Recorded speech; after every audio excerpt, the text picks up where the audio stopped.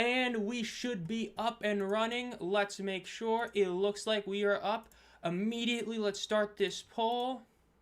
I forgot to post on Twitter. Who wins? Hugh Berm. And I spelled Berm wrong. Let's go. And Berm. Now we're going to go over here. Going to go over here. Scroll back. I am live for the Easter showdown between the Gamblers and the Stallions. And boom. I forgot the link. Boom. There we go. So we should be live right now. Yes, we are. My fan is not pointing at me. I will be back in a split second. Give me 1 second, T-Dog. I gotta go move my fan. It is being annoying.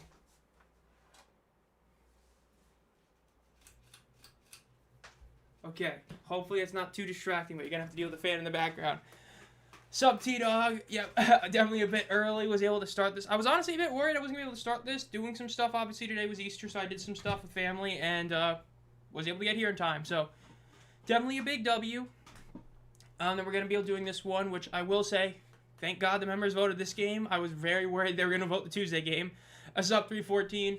But thankfully, they did not vote the Tuesday game, because honestly, I might not even be able to watch the whole game on Tuesday. Depends what I'm doing on Tuesday.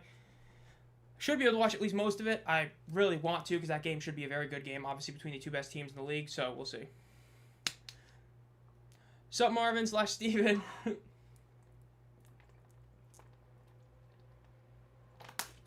Feel the berm, says Indy.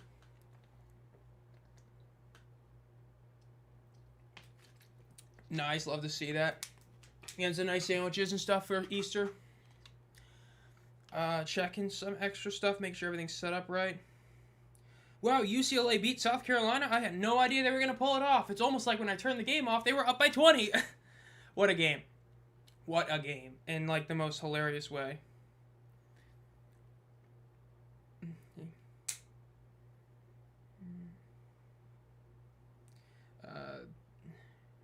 It was great.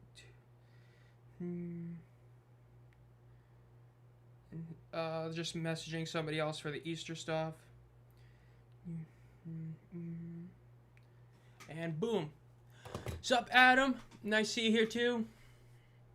Now, I know some people were wondering about this.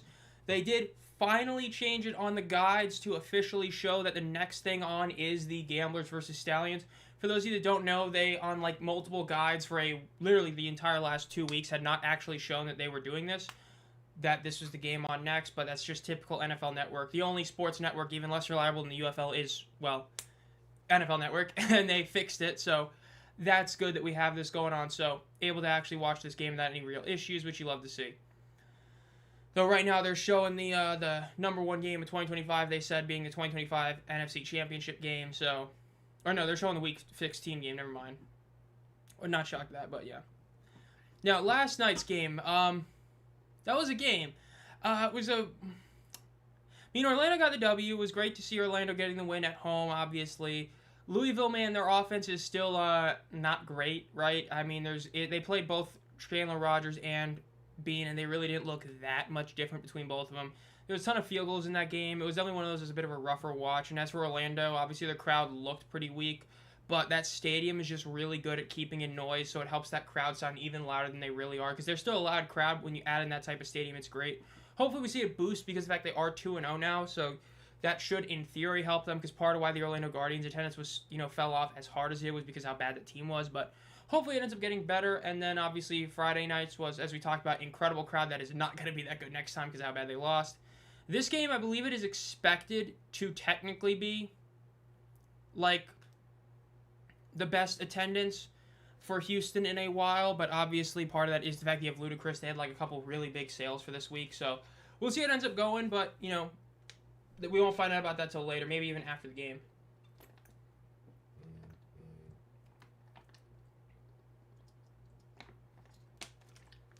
I still do have some questions about Jack Plummer being their main quarterback. I still did not look at that game and be like, oh man, Jack Plummer looks incredible. I will say, though, They do look pretty good. Their ground game is really solid. I'm going to look at that gaming combat for sure. It should be Corral versus Hunter Deckers. I cannot say that with like 1,000,000,000% certainty, but I believe that's who it is. So let me pull that up real quick. I believe that's who it should. If that's who it should be. I don't know why they wouldn't. So let me try to find that real quick.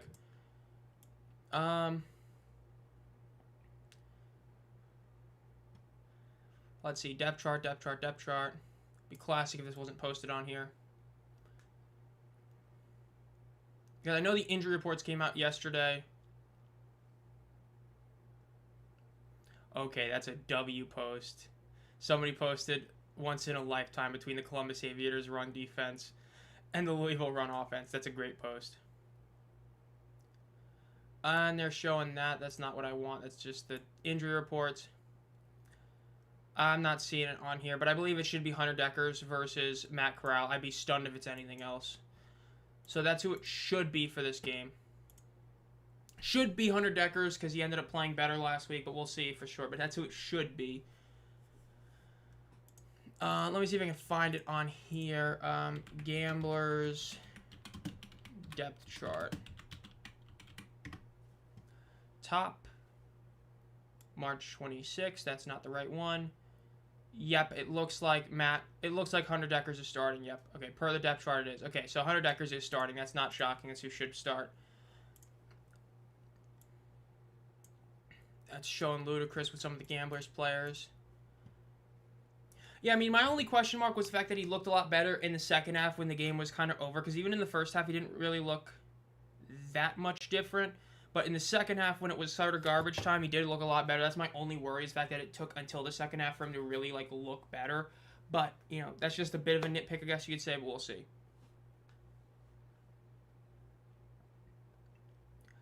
Man, this game was so wild. The Rams got so shafted in this game they're showing right now. Because I believe it's the one where they gave Seattle a 2-point conversion they technically didn't get because they blew the play dead, but then they ended up giving them the 2-point conversion anyway, even though the play was blown dead. So pretty controversial ending that not too many people really talked about the fact that it was controversial and incorrect, but, you know, it is what it is, so. Can't really do anything about it, you know, that was in the past, and we're in the future now, so whatever. Let's see, anything here.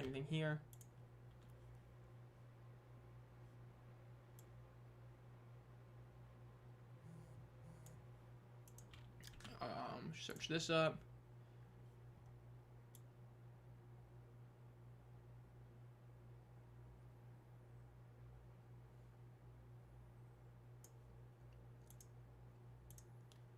Stallion. Gamblers 36. That's a bold pick right there. That's a bold one. I think I have Birmingham winning this in a pretty close matchup, I believe. I can actually check real quick. I have this as a 20-14 Beham win. Definitely a bit of a hot take there.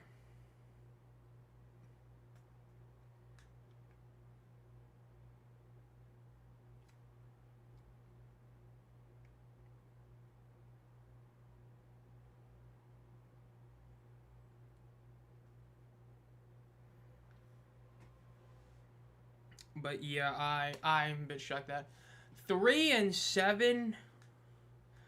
I also can't say that I have that as being what I expect to happen. Like, I think they're gonna go 5-5-ish. I think that they're definitely not as good as a team they used to be, but that's still a bit of a wild one.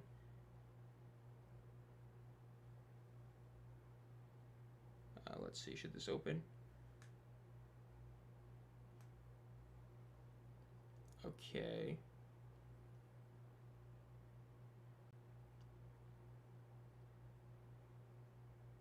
I have no idea how that works. Okay, we'll have to deal with that later.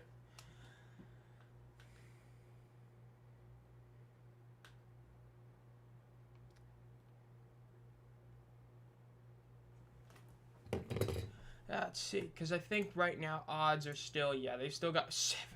I'm shocked they even made that. 7.5 is pretty wild. That's a pretty wild spread right there, but, you know, it's not the most shocking thing in the world, but it's still a bit shocking if I'm going to be honest. At least that's how I feel about it.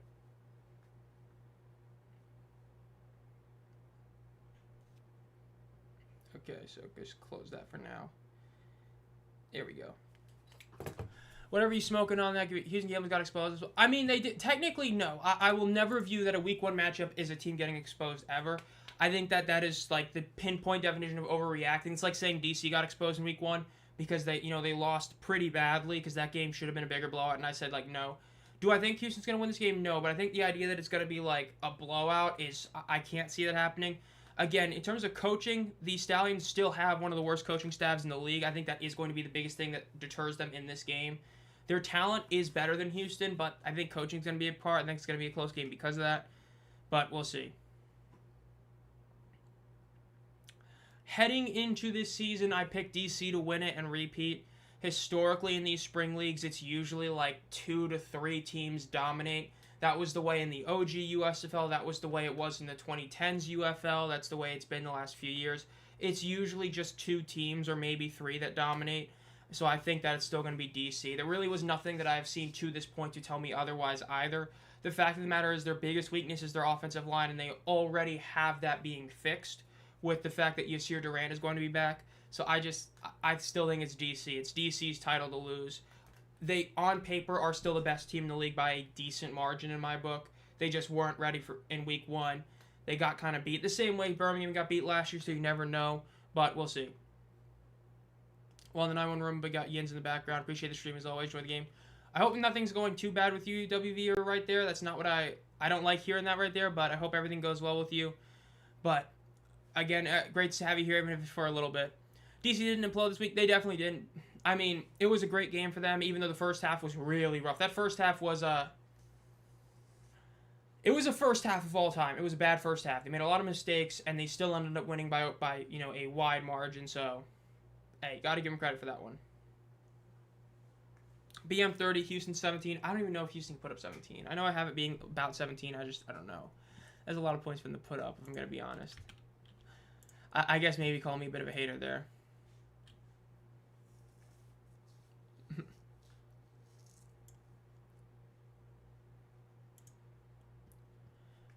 On Smack, I didn't watch it. I mean, naturally, I was watching the football game, but I thought the whole idea was pretty stupid. Like, it's pretty clear that Mr. Ari Emanuel really has no idea what he's doing. It's like typical. Just because you have money, surprise doesn't actually mean you fully know what you're doing with everything. There's certain things that a person knows what they're doing, and then there's certain things they don't know what they're doing. Ari is somebody that really has no idea what he's doing, being the owner of TKO and UFC, and I think that's proof of that. If the report is true that he's the one that put that call out there, like, I think this segment in a vacuum isn't terrible, but when you consider it, that was definitely a major failure, and I'm not shocked that it's gotten so much backlash, if I'm going to be honest. Good old Ari Emanuel. One of those guys that just should not have any sort of power in an organization. Like, if you're the money guy, like him, be the money guy, right? You're not trying to be the hands-on guy because you don't really know what you're doing. And they're showing the 2-point try right now, the end of the game from the Rams versus Seahawks game. Let's go over here.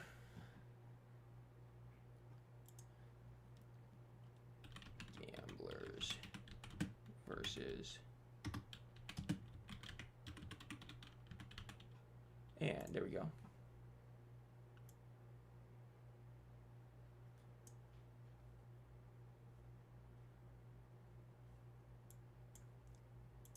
There we go. Hey, thank you for the $10 dono car. Finally, the Gamblers have come back to Houston. W call out as soon as we're talking about wrestling. And hey, it's ironic because, like, The Rock finally acknowledged the fact that he's still a co-owner of the league when he posted that one a couple days ago. So, very timely post as well. Again, big thank you to Carr for that. Oh, I just realized, I think you hit a month. I think I got to update your thing on there. Let me check real quick. If I do, I'll have to do it this week if I make sure I remember. Let me make sure. Okay. I do have to update you. Okay, so I have to update your, okay. Update members image. Okay, I got to update that since you're now 2 months. I got to do that. And Cody will come back as Stardust.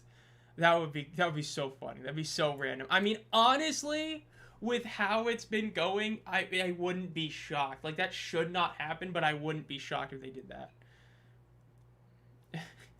I'm just saying. I don't know, like what Car's saying, like part of me got that, I got that like in the back of my neck, that feel, or back of my head feeling that like Houston might pull it off again. Like they've done it twice where they just pull off a total BS win over Birmingham. Like maybe being back as the Gamblers will give him that. I doubt it happens, but like it wouldn't be super shocked. I wouldn't say so, because at least they got better. Like when they got Mevis, they fixed their kicking woes. You know, so I wouldn't say they were that bad. I mean, that Chargers team, like, literally cost them a playoff spot. At least this Rams team still made it to the dance and had a great run. That Chargers one was so bad they couldn't even make the dance. I believe that's the year you're talking about, 2010, where they were, like, number 1 in both things, but, yeah. Make sure to send some likes to Carr's post right there as well. I forgot that. I love how I can't like it. I can just heart it, which I never understood that. Royals and Battlehawks are both blue teams, which is very fitting for the times. Yeah, true. I mean, St. Louis got them. Or no, wait, Kansas City. That's right, yeah. Oh, okay. I see what you're saying. I see what you're saying now. Okay. I see. Could be the demon. I don't see why Cody. UFL and NFL Network. I believe the last time we had spring football on here was literally the AAF, if I remember correctly. It was the last time that we had football on the NFL Network. That wasn't NFL football, which love to see that. But we'll see how this goes. I mean, luckily for the UFL, right, this is after the women's championship game. There's no, like, mega competition going on right now. So that's a benefit for them. So that should be good. Wow, Robbie fell hard. Not even fell, but okay. I forgot. They're going to have to keep going. I think they still have to keep going, right? I think this is technically round 3 they finished. At least it should be. Wow, they called that round 4 for them. That's actually pretty insane, not going to lie. Oh, I see. Robbie had a bad round 3. Dang, that sucks. Robbie, get the birdie on the last hole. I want to see you beat JJ. I do not care about JJ Spawn winning again. At all. Again, not to JJ again, bro. You can't lose to him twice. But Pat McAfee is what I called him. They're bad. They're greedy MFers. Like, I've had friends who went to UFC events, and it's like, dude, when you're charging, like, $250 for nosebleed seats for a fight night between, like, oh, is it Usman and Buckley? It's like, dude, okay, we're done here. Like, it's so bad how they handle money. It's insane. You get all this money, and then you cut everybody as soon as you get paid. It's just, oh my god.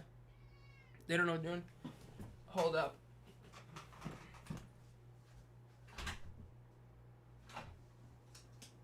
And we have a guest coming back. She wants to come in. We got pretty for a little bit. There we go. Interviewing right now and heading into the game. I know it's been a big talking point is the ESPN interviews, I will say, especially after yesterday. I definitely agree. I hate how much they're doing it, the way they're doing it. I think right now, the crowd's not going to be its best, but I got to see another angle of that, and I can let you know. But, yeah, I mean, I think the crowd stuff, or not the crowd stuff. My mind's on, like, 2 different topics. But I think the TKO stuff is rough. And I think that the ESPN talking to guys on the sideline, I am honestly okay with, like, after the play. I think that they should wait, like, a minute or 2. They shouldn't, like, interview them right after they just ran 50 yards. But that I'm fine with. But interviewing every coach the way they do, like, it should be that if you are a coach that is okay with it, like Jaron Horton was, then it's fine. But if not, then no. So far, they only showed one angle, but that one angle looked pretty bad. But I agree, it might have been pre-taped. Doing decades, yeah. A good old Pretty, the old baby. I think she's around like 14 years old at this point now. Until she starts crying, I'm gonna keep holding her.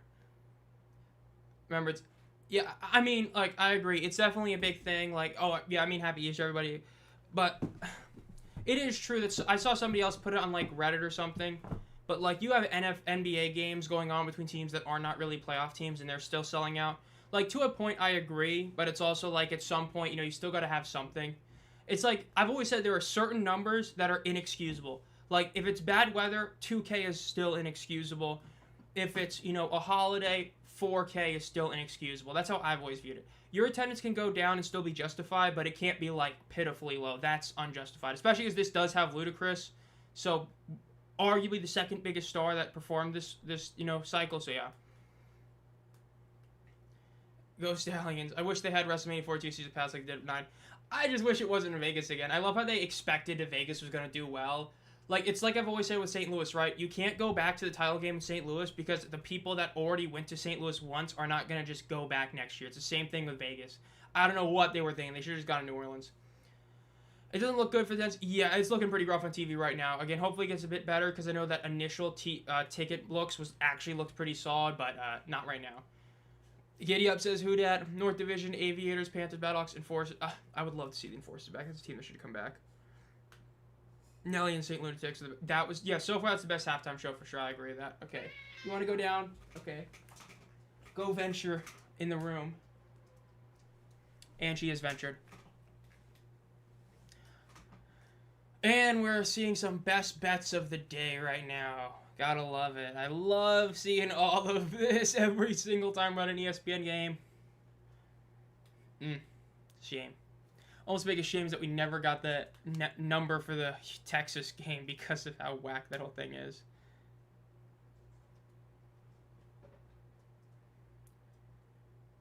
Okay. Let's see, is this looking good right here? Yes, it is. Let me put this right there. That's fine right there. Okay, good. Yeah, Fox's broadcast is, like, so good. And then the ESPN one is so not good. Like, Joe Tessitore is a great announcer. Like, they have a couple great announcers. But in terms of being an actual broadcast, it's definitely not Fox. Like I said, NBC was number one. Theirs was the best for the USFL. The best. Then it'd be Fox. Then it's ESPN. Okay, great. So we're doing this again where my thing is super delayed because my sling is so slow. Because apparently I have a kickoff for 70 yards that was a touchback, and I literally can't see it. So, you know what that means? That means I'm going to also have Twitter open, and I'm going to have it on top of this so I can't see what's going on. Return is up to the right. It's going to be down at the 25-yard line.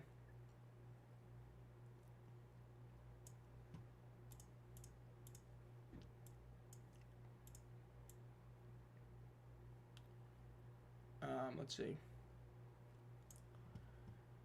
Yeah, let's just close this real quick. Maybe it gets a bit quicker. Probably not. I'm going to try, though. We're going for it. I think Orlando... Yeah, I don't think they scored a touchdown. I don't remember them scoring one. Dude, there were so many field goals last night. And this rush offense was so bad for Louisville again. In shotgun. Ball is snapped. They hand it off up the middle. Evades a couple guys. Ends up getting about 2.5 yards in the carry.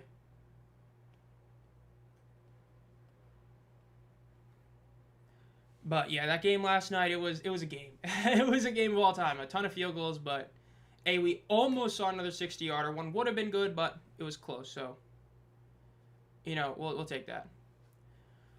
Come on, Stallion says who dat. 2nd and 7 in shotgun.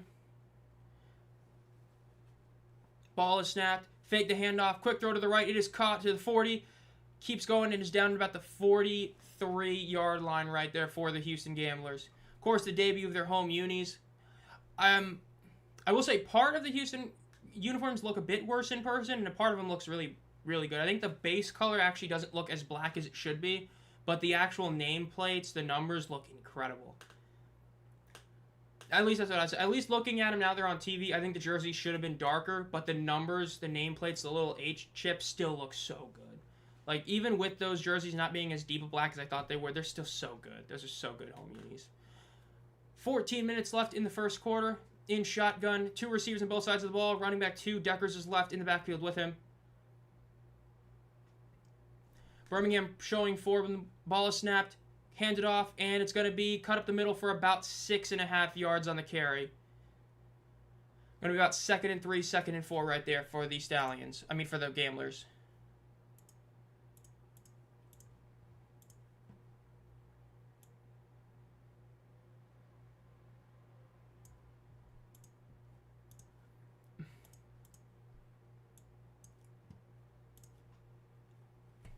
Second and 5 for the Houston Gamblers.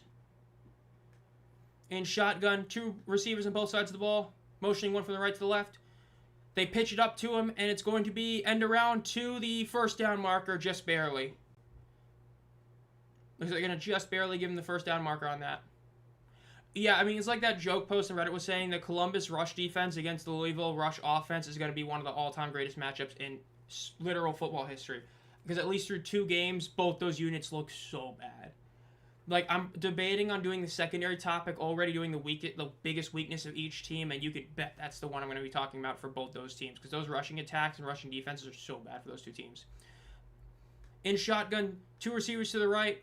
Running back right behind Deckers in the backfield with him. Ball is snapped. They hand it off. Cuts up the middle. Gets to the 40. Going to be down to about the 40-yard line. They're actually going to call him down about a yard shy of the 40, so about the 41. So 12 and a half minutes left right now in the first quarter. A spear that can pierce through anything versus a shield that can't be pierced. Let's see. 2nd and 4 now. Is OT. What is OT right now, Gary? 2nd and 4. 2 receivers on both sides of the ball. Motioning the running back from the left to the far right. Fake the screen to the right, throw it to the left instead, and he ends up dragging his feet and getting the first down. They might call him just barely shy, but that should be a first down right there for the Houston Gamblers. Oh, how does OT work now? It is still technically the same. It's still, alternating 2-point conversions at, overtime. So it's still the same OT rules, even though they changed a lot of the ones. It's still the same OT rules. Alternating 2-point conversion attempts, best of 3. If it's still tied, sudden death. Ball snap, they hand it off at the middle, and they get the first down.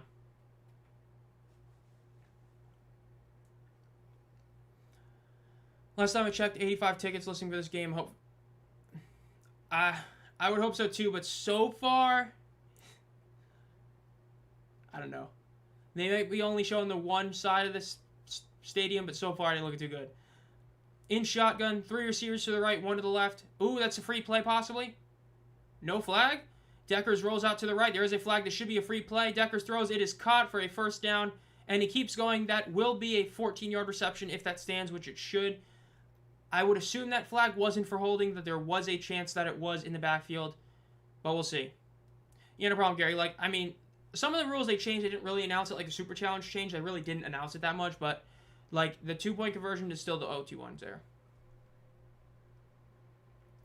They're so far really only showing the Stallions side, and the Stallions side looks barren. The Aviators game 2 nights ago was packed on both sides.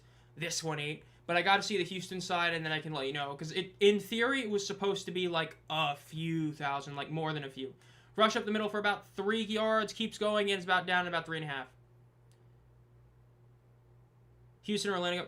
Remember, Orlando still technically is a success. Through 2 games, they are, by the technical definition, a success. Because they were better than what the Guardians were. If they can stay at 8,500, that's still technically better than what the Orlando Guardians did. And they're in the smaller stadium. Now, compared to the Brahmas, it's a disappointment. But obviously, the whole point was to be in a smaller stadium instead of a larger one. So it's it's tough to debate it. They hand it off, cuts to the right, and gets about 9 yards on the carry. So technically, through 2 games, Orlando has been a success, even if the crowd itself doesn't look all that intimidating. It is still technically a success so far. Columbus really did, but they ain't going to be that. Them and Louisville are going to be questionable because of how good their teams are, because we'll have to see how week 3 goes for them, but yikes. They rush up the middle. It's going to be a first down, and then some. They're going to be about the 1st and 9, or 1st and goal at the 9. The lowest seats in 330 each. Oh my god. Like I said this before. For the first 3 rows near the 50, I am fully fine with them pricing at $100. They hand it off up the middle. Does a spin move. It's a fumble. It's recovered by Birmingham at the 3-yard line. They're going to be down at the 5. Birmingham gets another goal line stand for the 2nd week in a row. They get a fumble within 10 yards of the end zone. Their ball at the 4-yard line. I was saying the first 3 rows of the mid 3 sections, I am fine being 80 to 120. Everything behind that, nothing should be over 50. It just shouldn't be. The fact they're charging 80 plus for the section, nah, they ain't gonna do that. Tizzino, just insane. That's a pretty crazy one right there.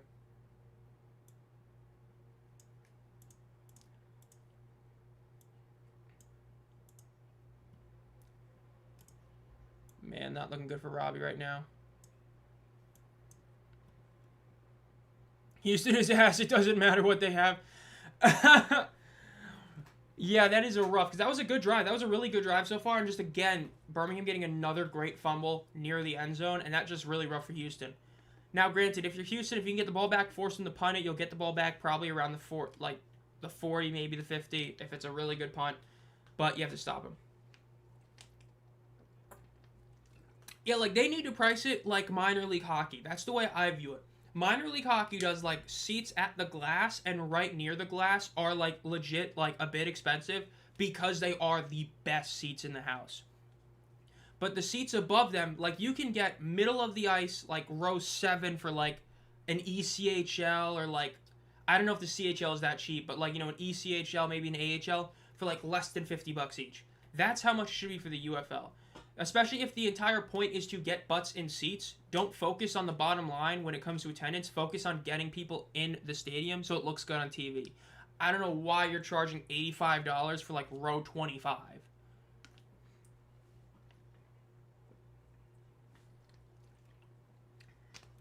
Yeah, it is Easter, and again, especially because you put a game on Tuesday, it makes you wonder why you didn't just put one on, like, you know, Saturday?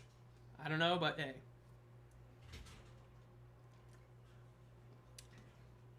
Yeah, it's like I was saying, if I'm doing a game that's on, like, ESPN or NFL Network, I'm so far back. But if it's the other way, I'm so far ahead of everybody. It's just hilarious. Like, I understand that people talk about the USFL's method. It was too cheap to do it. But, like, still, like, you can charge $40 for, like, a row 7 ticket. Like, that's not the end of the world. Just charge $40. It's not expensive, but come on. They never have fans. Yeah, I mean, like, you don't want to see the league change again, but if Houston does fall off again, they're cooked. They need to improve. In the hundreds, I'm having a cookout while listening to you, and yes, I think we should have minor league prices. I would agree. Like, I think that minor league hockey type prices, minor league baseball, that's how you should do it. Again, don't charge like you're the NFL until you're the NFL kind of deal. Like, obviously, not going to be the NFL, but you know what I'm saying. But, yeah. The 80s. I mean, that's the first team he played with in the pros. I mean, he had an MVP season one year. If I remember correctly, I think he was the 84 MVP. Because I believe 85 was Walker and 83 was Abear. I believe that's right. Somebody fact check me on that. I believe 83 was Abear, 84 was Kelly, and 85 was Walker. Because that was the year Walker got the pro football record, most rushing yards in a single season at like 2,600. I mean, hell, he was going to be a general. For those of you that don't know, the Generals ended up merging. Well, put it better, the Gamblers merged with the Generals. If there was an 86 season, you would have had those two teams merged. A merged Generals-Gamblers team legitimately would have been good enough to be, like, at worst, a top 4 team in the NFL.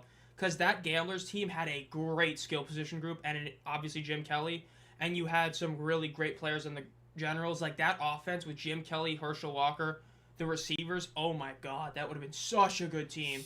Such a shame that it never happened.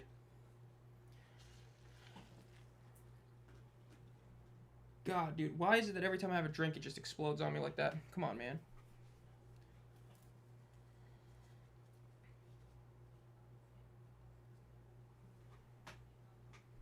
They hand it off, and it's going to be about a 0-yard gain right there. Second down.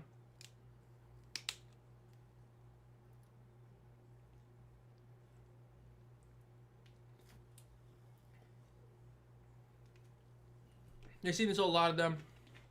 Yeah, I mean, it's like they were talking about with Orlando. Like, the tickets that were in the cheap section of Orlando sold really, really well and looked a lot better on TV. Ones that weren't, didn't. In shotgun ball snap, they hand it off again, and it's going to be another decent tackle, only about a 3.5, 4-yard gain. The reason they kept the Gamblers to both Mario and Oliveira and Brandon is because of the fact that not a lot of people realize it, like, because when you think of media markets, you think of LA, New York. Houston's up there. Like, Houston is a mega media market. They are, like, I think literally 3rd or 4th.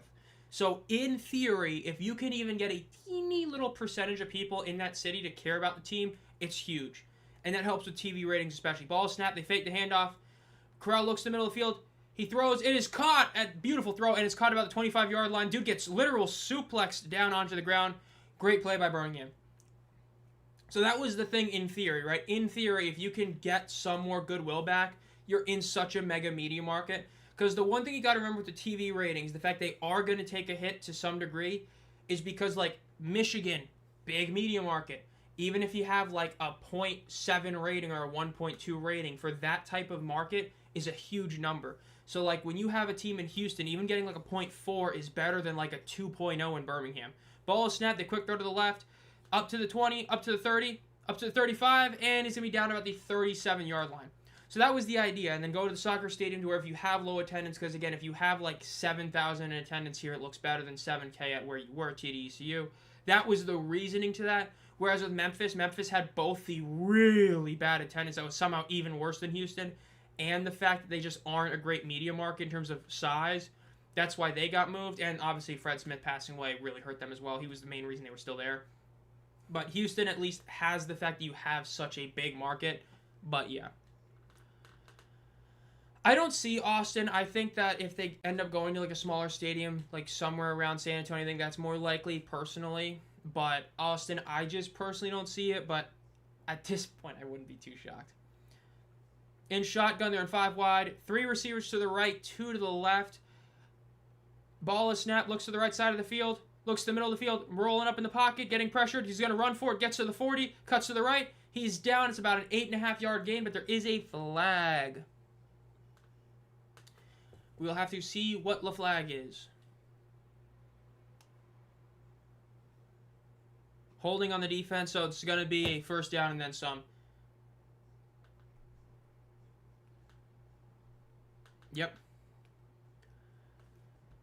So do you think Houston will still be here next year? Tram is trying to hide for that crowd. I think that if their attendance goes down even a little bit, yes, I think they're gone. If their attendance goes down, yes. If it stays the same or goes up, I honestly think they keep them. But if it goes down at all, they're done. That's what I would say right now. In shotgun, running back 2, Matt Corral's left. 3 receivers to his left as well. Ball is snapped. Quick handoff up the middle, and it's about a 5-yard gain for the Stallions there at the 45-yard line. They are now not able to punt the football. And we will close this poll. And I'm going to actually add a second poll, because now that it's been we've done our 4th one. Do you the no punt 50-yard rule?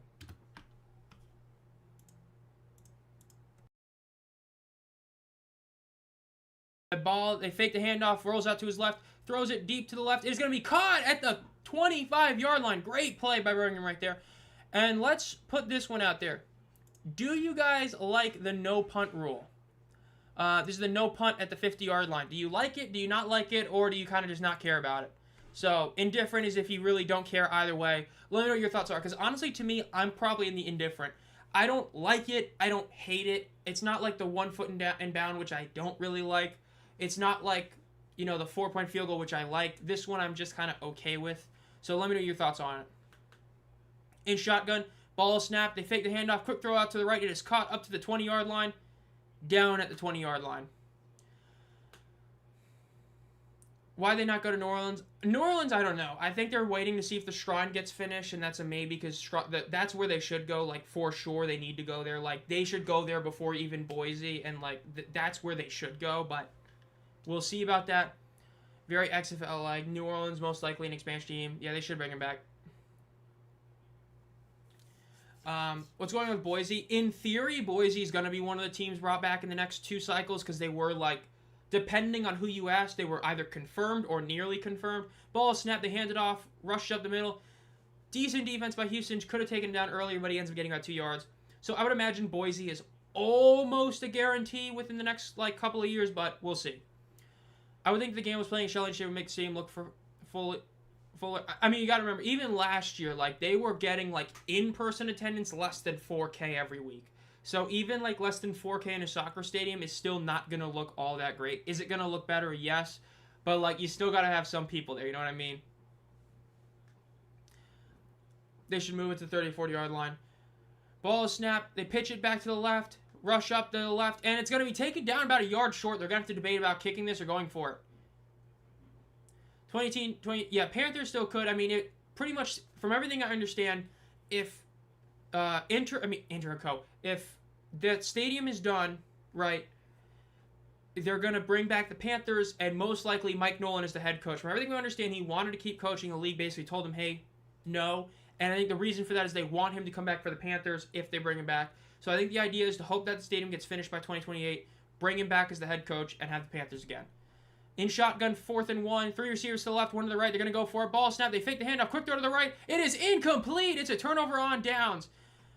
It was a play that almost worked, but it did not. I think Mickens just dropped that one. That was definitely a rough play right there. They were not able to get it, so Houston gets the ball back.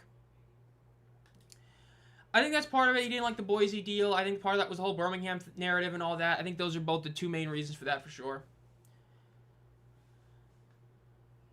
But no one watched it. I think you should look at places like OKC, Colorado Springs expansion, excluding Michigan. It starts to move west. I think Denver's a good place, honestly. I think Denver has a lot of places. I've always said that I do not care if you have an NFL team or not. Every city is different. There are some cities that won't have an NFL team that will support you and some that won't. Same with the other way. I think that that's a city that could work. You have a lot of smaller stadiums that would work as well. At least that's what I would say. I think you should, like I've always said, like some certain types of drives you got to feel like are sort of like freebie drives. You got a great fumble at the goal line. I think you should have just taken the 3 points in all honesty or run the football. But it was about a yard, so I'm not fully against it. As I said, if you're within a yard, go for it. It wasn't like within a yard, but it was about a yard.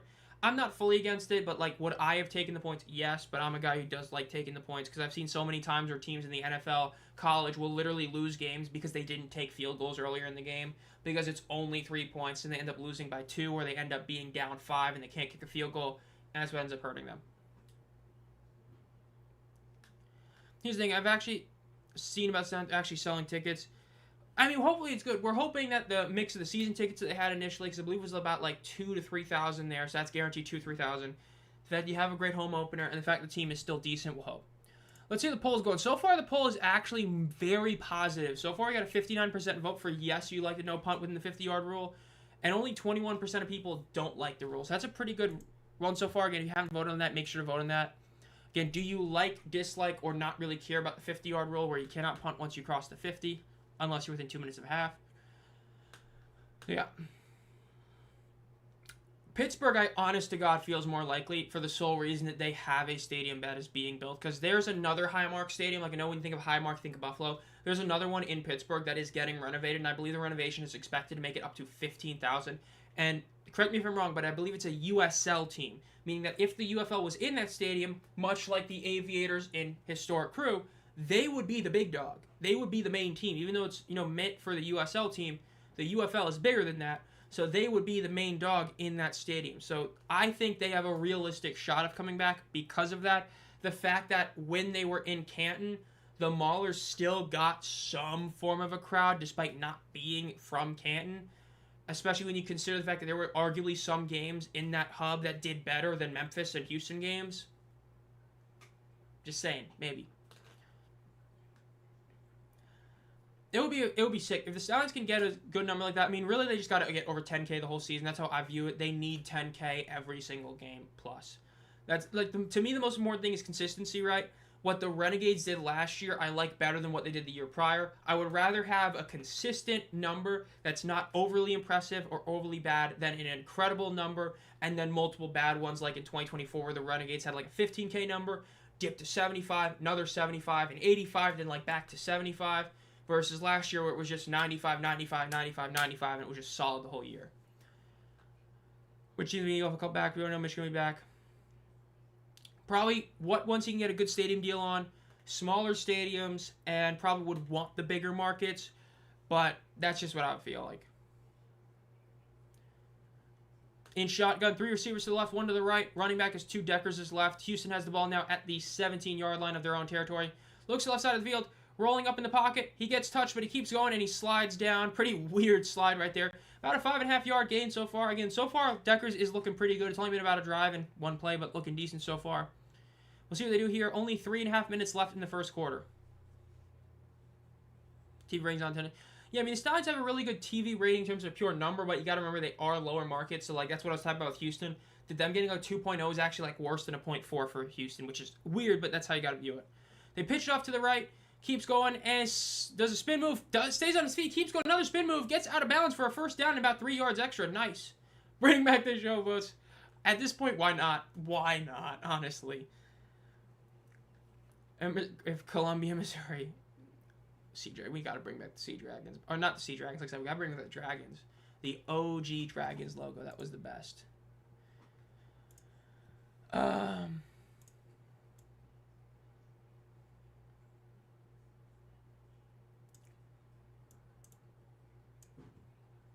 Ball is snapped. Looks to the middle of the field. Looks to the right. Throws it deep to the right. It is going to be incomplete. There is a flag. It looks like it's going to be DPI right there. Scrolling down. Oh, man. He lost. And that sucks. So JJ beat him again. Unfortunate. You hate to see that. Scroll, scroll, scroll, scroll, scroll.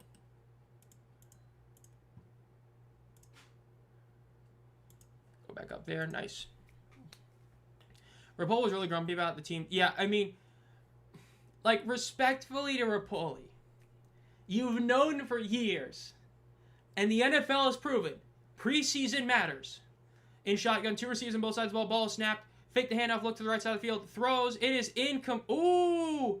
Might be intercepted. They're calling that incomplete, but it could be intercepted. We've seen that preseason matters. You want your players to play in the preseason. You want them to get game action. You want a long training camp so they're actually together. Because if not, you're going to have to wait till week 4 before the offenses are fully clicking. So, yes, they added the week back. That's great, but they should add a single week of preseason at least. Like, these rules are great for increasing scoring once the offenses are going, but you're still going to have to wait till week 4 for that to happen. It's just, I'm not shocked. In shotgun, ball is snapped, looks to the left side of the field, looks to the middle of the field, throws the check down, and he overthrows it, incomplete. They consider lower markets bringing in the secondary numbers comparison to the Battlehawks. The Battlehawks are just so insane. Never invoke the name of the show, but... Yeah, both, actually, when do we get new teams announced? Rapoli said that it's possible we might find him out this year, and they just won't be brought back until, like, the year after. So, like, we'll find him out in 26, and they'll be brought in 2028. That's a maybe. So, literally, anytime, like, I would say championship weekend till the beginning of next season, we'll probably find out for the year after. Ball is snapped, looks in the middle of the field, throws it, incomplete, a bit high again. Another high ball. It's going to be 4th and 10. They're going to be forced to punt this, so rough.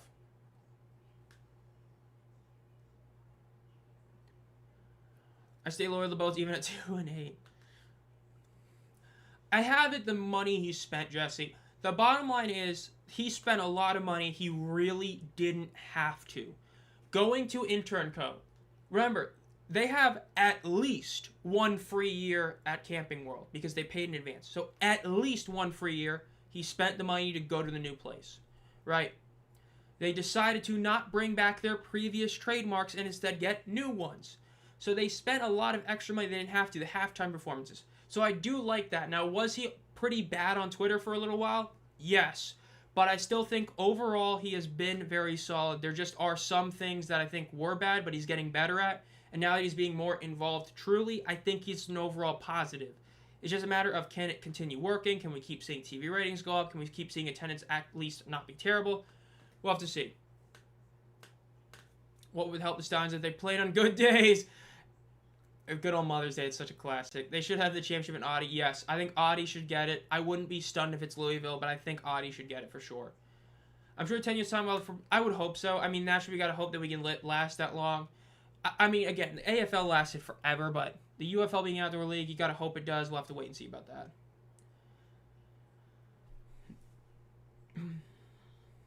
Vegas Vipers, no, I don't know about that. Dude, I don't want to go on that one again. I hate how many teams are going to Vegas. I don't. Keep it the Golden Knights, maybe the Aces. Everybody else should go. Kick Vegas out, bring them back to Oakland or LA. Screw it, make a 3rd LA football team. Why not? Kick the A's out. They don't belong there. Especially if they keep the red and yellow. Oh my god, I mean the green and yellow. Ball is snapped. Crowell throws it over the middle. It's caught at the 30-yard line. Going to be down about the 32-yard line. Going to be about 2nd and 3 for the Birmingham Stallions. This should take us to the end of the first quarter. Tied 0-0. The idea of the Tuesday game is because of the fact that it's the day after the March Madness title game. That's the idea behind it. The only thing that I don't get is, as I mentioned before, every single game has a giveaway for the first few thousand people that enter the stadium. Why is it not basketball related? I do not understand that. So it makes it feel like it doesn't really matter, because like the Louisville one also the same way, but they also have like the Thursday game for Louisville because it's, you have the Kentucky Derby that weekend, but you have another Thursday game that has no purpose being on Thursday. So it's just like, the Gamblers are home Mother's Day. I'm not shocked. I'm not shocked even though they shouldn't be. That's just typical UFL. I guess it's probably because you have another team, like the MLS team is probably playing the day before because they're not playing on Mother's Day, and since if you have priority, you're not going to be on Mother's Day, you're going to force the other team on there. I think they probably view that they'd rather have a game on Mother's Day than, like, let's say Thursday night again, but we'll see. OT at 0-0. Oh my god, don't even say that. That'd be so bad. Gucci Mane's, the halftime showcase would be good this week in BM. Yeah, the whole thing, but we'll see about that. Well, DC and St. Louis are going to have good attendance, so that's 2. You have seen that 3 new markets sell tickets. Dallas can do it. Well, Dallas did, it was a mixed bag. Like I was saying in the week review video, it was a mixed bag with Dallas. Because on one hand, it was a worse number than what they did in Arlington at all last year. On the other hand, considering the fact that place only holds like 12,000 because of the renovation, it really was a good number. So it's a mixed bag, but I stood by what I said in my article a while ago, that they needed to be a damn near sellout every single week, and I think that if they're not, I think it is a disappointment for Dallas, personally. I don't think the number was bad. I thought it was not good. The best way to put it. Cashman, oh my god, don't bring that up. I think they don't have a basketball. I'm sure they're going to need an NCAA approval. Well, you don't need, even just doing, a Renegades-themed basketball, you could do that. That's what I mean, Ghostman. Literally just any sort of basketball-related giveaway. You don't need to be NCAA approved to just put a Renegades logo on a basketball, right? Something like that. Even a little kiddie basketball that you hold in one hand, you dunk on your little hoop on your door right there. Something like that. Even something like that, come on. Technically, so far, Jesse, to say this season, you can't really say this season, but Columbus, awesome crowd. It looked so good on TV on Friday, but considering how they looked in the second half, that number might go down because of how bad the team was. Louisville, same thing. Awesome crowd, but we'll see if it keeps going. DC's always had a great fan base, so that's the one that, should be just viewed as always a great fan base. Birmingham has a great culture, just not a great, insanely high number. Yeah, that's basically what I mean, Ghostman. If you're going to put a game on Tuesday for the reason of it being the day after the March Madness final, I feel like you should do something that's at least basketball related to, be hey, that's the reason we're doing. Because if you have a giveaway and it's not that, it just feels like you're putting the game on Tuesday because you couldn't get another date on, Saturday or Sunday. I think St. Louis needs to hit at least 30K each game. 30K, I don't fully disagree with that. I think that at least 29, but I don't disagree. I think they need to go 30K. They need to show a bit more than what they did last year. Last year you had the 6th home game, which did hurt them. Like I said, if you have an extra home game, it actually hurts you in the regular season, but we'll see. It was a good first week. Hopefully they can keep that up.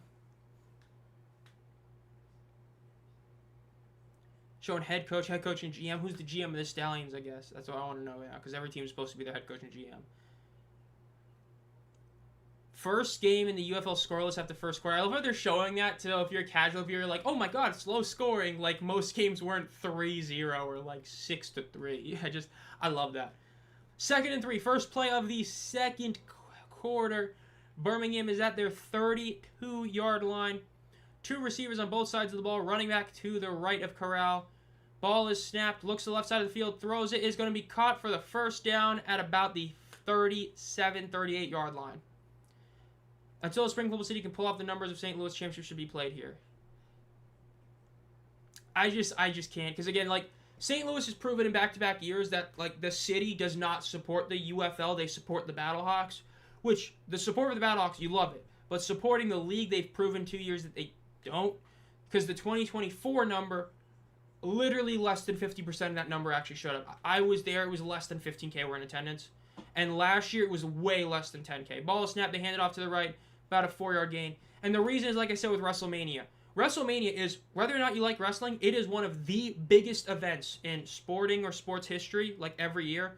Nobody wants to go because it's in Vegas again.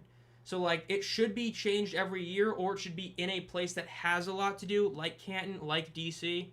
That's what it should do. If you stay in one place every single year, it just doesn't work. You're not Augusta for the Masters, right? You can't just do that. That's how I view it. Especially last year. Last year's title game was abysmal. There was literally nobody there. Ball is snapped. They throw it over the right side. Caught up to the 50-yard line, first down. Because, like, if the Battlehawks were in the title game, St. Louis is getting 45 like that. Easily 45K plus. But if they're not in the game, you're getting less than 10K people. That's the issue with it. It's ultimate boom or bust, basically.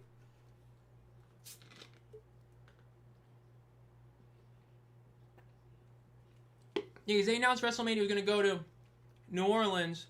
Then they gave them the finger and said, we're going back to Vegas. And ain't nobody want to go back there. They live to make the tickets like a third. Ball is snapped. Crowd throws, getting pressured. It is going to be intercepted at the 20-yard line, up to the 30, the 35, the 40, goes out of bounds about the 41-yard line. He was pressured. It was definitely a weaker throw, and it was intercepted. Houston gets the ball back. They might have a chance to get some points on the board again. If the Battlehawks aren't playing the championship game, the championship game shouldn't be in St. Louis.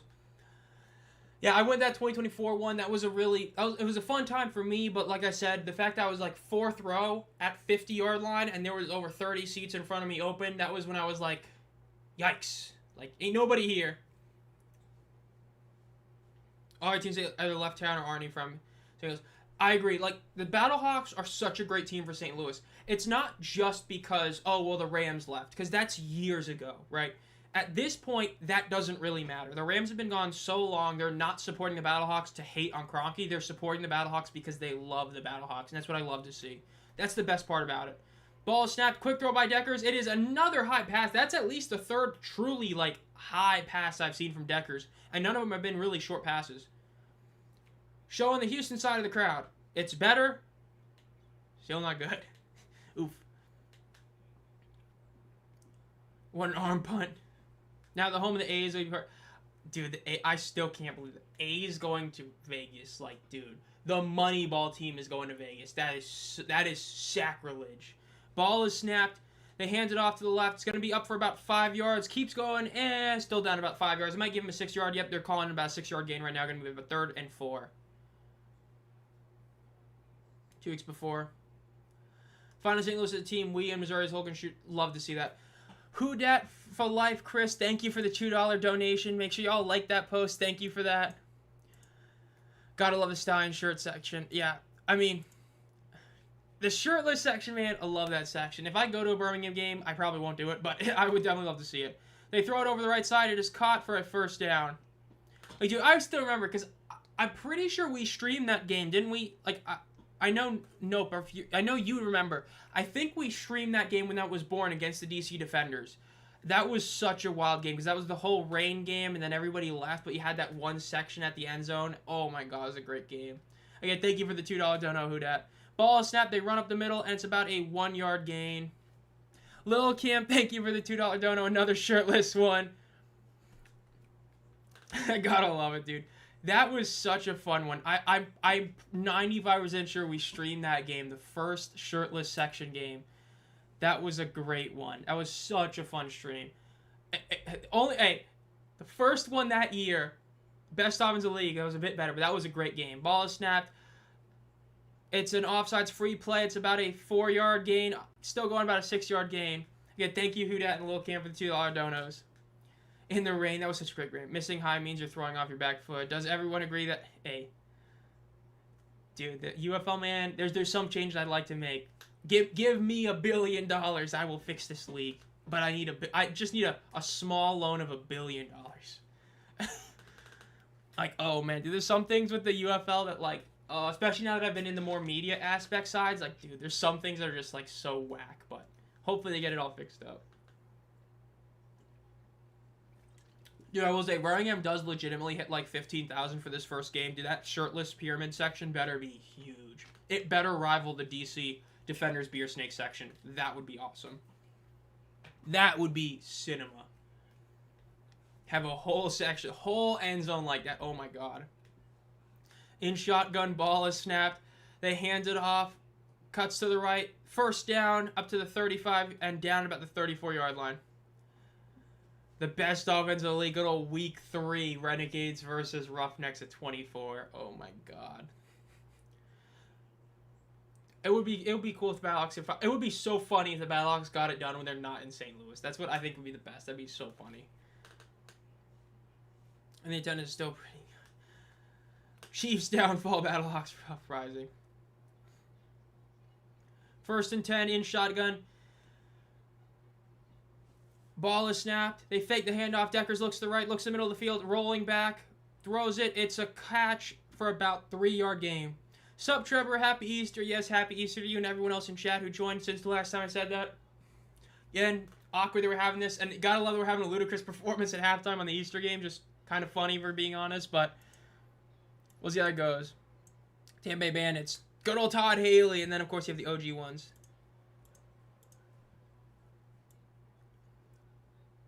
Yeah, Oakland Invaders. Dude, the Invaders, oh my god. I still stand by. Best spring football uniforms of all time are those light blue and yellow uniforms. They're like the best version of the Chargers uniforms, but even better. They rush up the right with Deckers, and it's a first down for about 13 yards. Or about 10 yards. But yeah, dude, those OG Oakland Invaders uniforms, awesome. If you haven't looked them up, go look them up, dude. Awesome uniforms. Nelly would smash. Oh my gosh, that'd be pretty insane. My king made me cry so hard last night, dude. That was such an awkward game, dude. Just sitting there watching it. Like, I made the correct call to not watch March Madness yesterday, that night. They rush up to the left. It's about a 4-yard gain.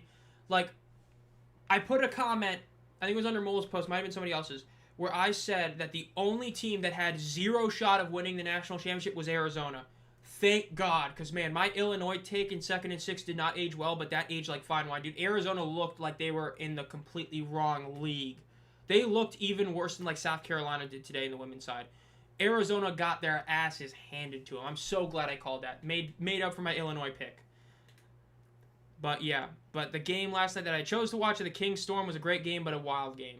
They rush up the middle. Incredible play. It's about a 13-yard gain. It's going to be 1st and goal at about the 9-yard line.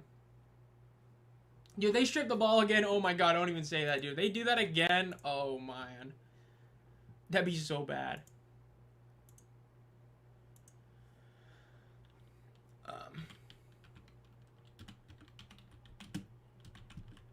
Ball is snapped, and it looks like there's a timeout or a flag. Might be a false start. Yep, false start. 5-yard penalty. I said in a UFL game, I was going to go to a game, graduation gift, unfortunately. Dang, that sucks. Sadly, I've only been to 1. Like, UFL, hell, even USFL, I've only been to 2. I went to the 23 USFL game. That was that one, and you can kind of see, like, I'll say in a second. In shotgun, 3 receivers to the right and bunch, 1 to the left, 1 behind Deckers. 1st and goal with a penalty at the 15. Ball snap, they hand it off to the left, and it's going to be taken down for about a 3-yard loss. You can see the bit of the frame right, like, here. This is from the 24 title game. Those are the only 2 games I've been able to go to. I would love to go to another one, but that's about it so far.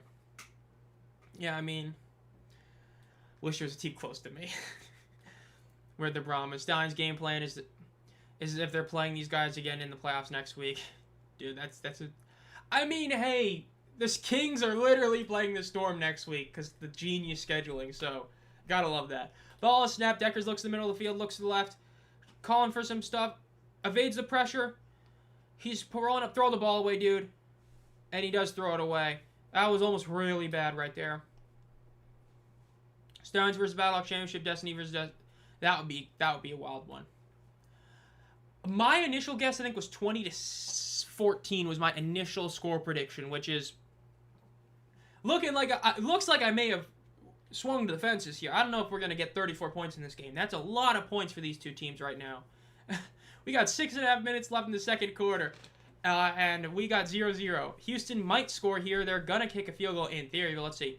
Ball is snapped. They look to the right. Quick throw. It is caught up to the 12. He's down. Dave's just going to kick the ball here. They should. I would hope they kick it. They're 13 yards from the end zone. Kick it, make it a 3-0 game.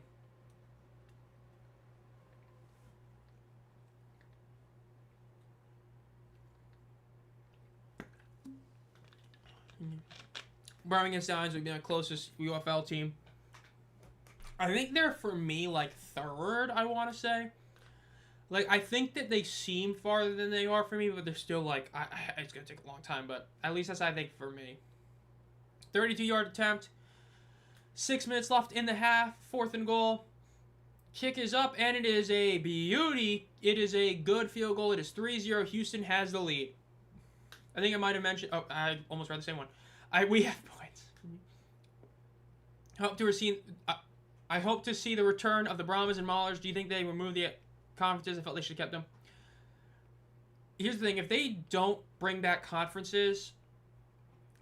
Like, I do get it, right? Because you added 3 expansion teams. That's why they got rid of them, right? You added 3 truly new teams. If you were to, let's say, bring back the Guardians or bring back an OG USFL team and call them a new market, I would say it was definitely the bad call. But the fact that you did bring in new teams, I think you had to do it. What I will say is this. Let's say the league makes it a decade. Let's say they keep going. I think that the UFL should never go back to divisions. I think that they should never, ever have divisions. They can have conferences. I don't want divisions. The UFL to be different, let's say they get to 16 teams in 2030, the league's still around. 2 8-team conferences, no divisions. 2 8-team conferences, either keep the same playoff format, top 2 teams make it, or the top 3 teams of each one make it. I would love to see conferences. I don't want to see the same thing in the NFL where it's divisions like that. I would love it's different. I would rather have it be 2 conferences than 1 blanket conference like it is now. I think having 2 conferences would be cool. You don't really see that. Again, NFL isn't like that. College football, you technically have that, but you have like, 9 of them, about to be 10 against the Pac-12 is, getting back up. I'd love for it to be 2 conferences. That's what I would say. From 6-1 to win 8-6, 5th comeback. Oh my God, dude, the Dodgers. Insane team right there. I made an I-70 on the Bluff song with Zuno earlier. Nice, but the Dodgers, dude, oh my God. Man, if the league ends up actually going into a strike because of the Dodgers paying Kyle Tucker, that'd be so funny. If Kyle Tucker ends up being the reason that, like, a season loses half their games, it'd be so funny.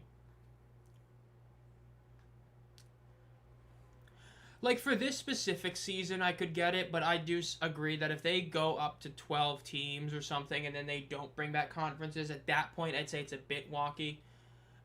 That's how I would say. I think that if you're going to be at 8 teams, it's fine, but as soon as you expand even to, like, 10 teams, you should just do 2 5-team conferences, then make it 6, then eventually in the deep, deep future, make it 8 on each. That's what I would do personally. I want the league to survive. I hope it does as well. It's definitely going to be very weird because it's hard to know exactly what they think is good. With TV metrics changing, with streaming being different, how much they actually are making from sales, merch, and stuff, it's hard to tell exactly what their numbers are without it being public, naturally. But you'd hope it lasts. I feel like it depends on if they can keep getting new investors, because the more investors you get, and you got to understand this, the more investors you get in, the less each person is putting in, meaning that the more they're willing to give time for the league, right?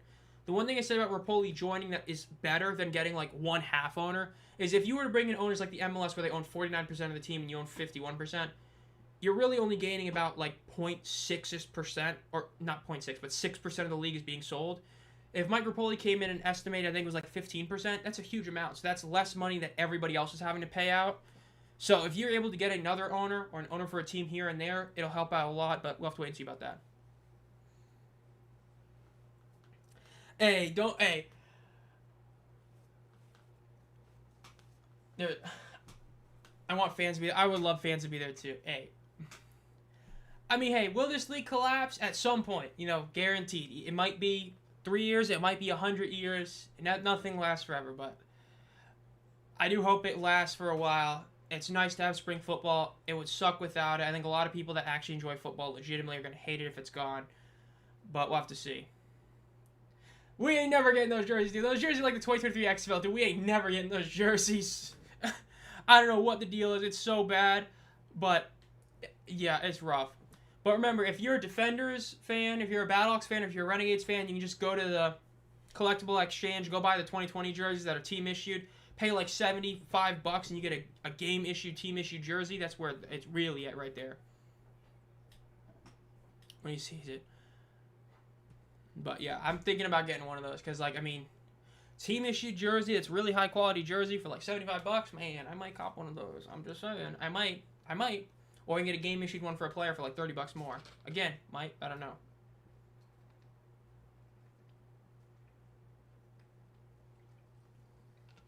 I would have never guessed him if you told me to name any name.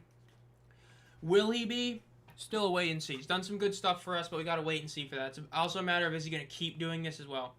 Bit of an overthrow by Corral, incomplete, so it's going to be 2nd and 10. Yeah, I mean, especially, like, even if you just view USFL... Well, technically, you have to go back if you count this being with the USFL, right? If you count the USFL, then yes, this league has lasted longer because it dates back to 2022. If you just do the 2020... Like, if you just do the UFL, it still technically hasn't because the USFL got through 3 seasons. But if you count the USL XFL, then yes, we have already passed it, which you love to see that for sure. Ball is snapped, they hand it off. And it's a great defensive play by Houston. They end up losing about 2 yards. Great play right there. New England Columbus fans look good, unfortunately. Team's not so good, true. In good hands. I think they have a good chance. I hope they do as well. I see what you mean, Lil Cam. Yeah. I hope it can. Read my comments sideways. But I think there's a chance for sure. I did for a bit. It's just a matter of, especially when the season got going, I realized it was too much work to do that one, so I have kind of stopped on that one. But yes, that was my channel, but I have kind of, at least for a little while, have stopped for that one. But it was, I made some videos I enjoyed, but I'll talk about it at halftime. Ball is snapped, they throw it, it's been complete. But there's issues with it, like, this Pokemon cards is becoming sports card, like, they're becoming sports cardified, which is the fact that the sports card market now is a joke. It's terrible. Like, it's so bad because the companies charge an arm and a leg and get nothing for it. And people, like, the new collectors, will just spend a ton of money on new stuff that has no reason to be worth the money it is. And Pokemon's following that same thing, which I hate. Like, I hate the idea they're going to come out with a new Delphox card. I'm going to have to drop $500 to buy it so I can keep my collection done. So that's another reason why I haven't uploaded that one in a while. It just got really annoying where I was like, man, this hobby's becoming... It ain't the hobby I loved. What happened to it? Look what they did to my boy. Kind of thing. That's basically the main thing of that one.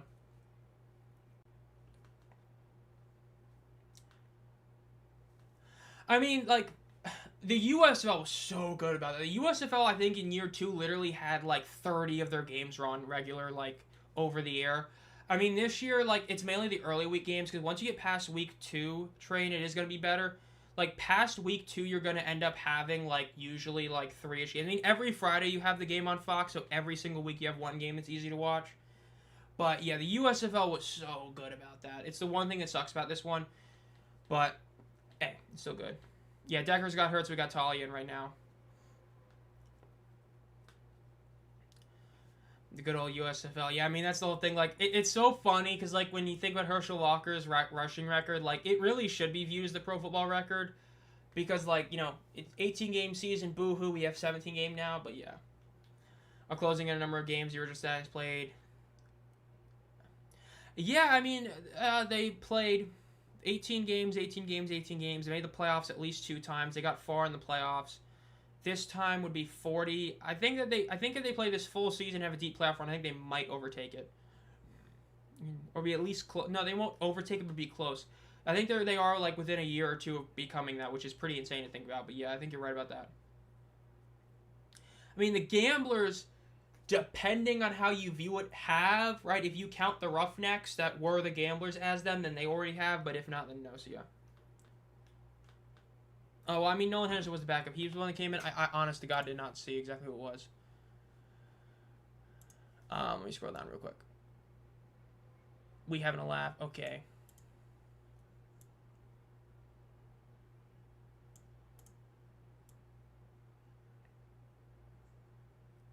You'll go back here. There we go. Twitter. Let's see. Post. Yeah, Hunter Decker is questionable to return. The Houston Gamblers just posted that on their social media, which is, again, it is somewhat decent because it happened right now, meaning that they can actually come back. You know, he's going to be in the halftime, so he'll have time to come out, especially because it is week 1, so yeah. What if COVID didn't happen? that was a big one because there were issues that were underlying issues that COVID kind of like threw under the rug for the XFL that happened that year. But I feel like it's a big maybe because that league had so much going for it. Like, that's one that had some stuff going for it. It was definitely a league that a lot of people love, so that's definitely a big what if for sure. I will say, if it lasted that full season and then came back, I don't feel like the USFL and XFL would have come back the way they did. I don't know, I feel like in a way it was a bit of a blessing in disguise. It's hard, dude, it's so hard to say because that pandemic changed everything, man. It's so hard to say for sure. If it didn't happen, it probably would still be around, maybe... there was a lot of money they were spending. They were spending a lot of money in that league. They did a lot of marketing. I don't know. That's a tough one. Yeah, Roughneck's so weird, dude. Part of me wants to view them as 3 separate entities, honestly, but yeah. Yeah, 84 concurrent viewers is insane. Easter Sunday, baby, helping out the channel. Gotta love it. Dude, I miss the AAF, dude. I loved the AAF. I've got, like, the one little box you can see up there. I've only got, like, 2 or 3 blasters still. I love that league, dude. Watching Trent Richardson and Luis Perez on the Iron, watching the Johnny Manziel Express, the Arizona Hot Shots with, like, John Wolford. You had Youngwei Koo back when he was a nobody on the Legends. Such a great one. I don't think so, because the USFL only came about because the XFL collapsed, because then it allowed for the USFL to come out and be the only spring league to be made before the XFL came back. So technically speaking, you wouldn't have had the USFL return if that happened, which is what makes it so weird. Ball snap, they throw it over the middle, it's going to be incomplete. Poll is still up. I'm going to close the poll probably at halftime again. Do you like the no punting within the 50-yard rule? But Nolan Henderson is back right now.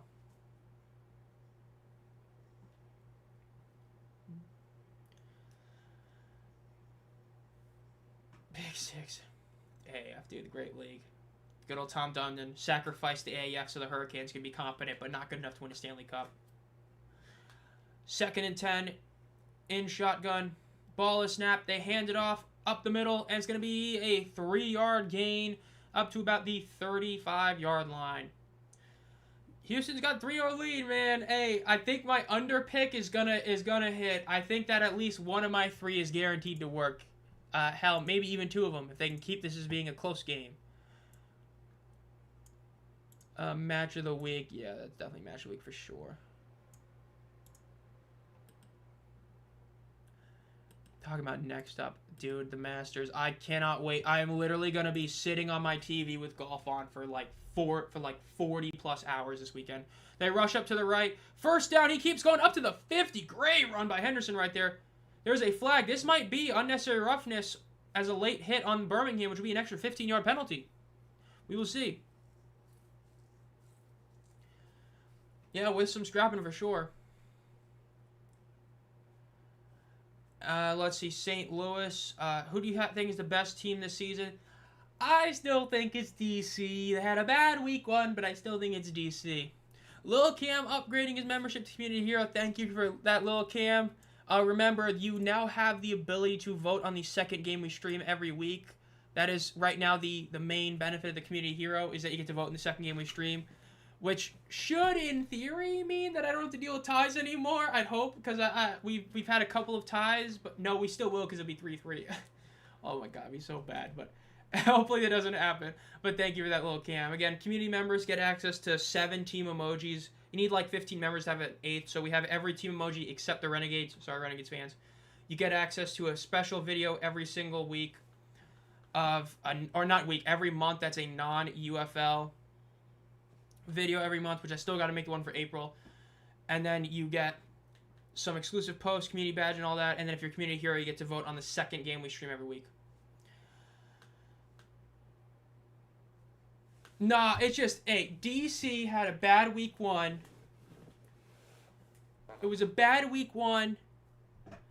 And that's all I could say. It was a bad week 1. I think that they're still the best team. They're still a team to beat to me. That's how I view it. I think they had a bad week 1. They're still a great one to me. Ball is snap. Throws it deep over the middle. It is caught at the 30-yard line. Keeps going to the 26. Something tells me G-Man do the same.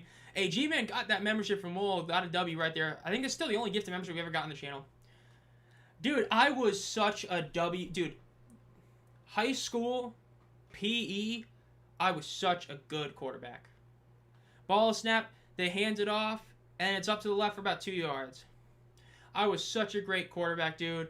I remember we were playing one time. I was making a rush for it, and even though we're playing on concrete, we were playing a bit too hard, got hit right in the head, got concussed. I literally slept through my next class. Great teacher. Let me sleep right through the class. Literally gave me, I slept through it into the next class, and she gave me like a, hey, don't give him a tardy in the next class, because I was such a good student for her, and so I was able to literally get away with doing nothing wrong. It was great, dude.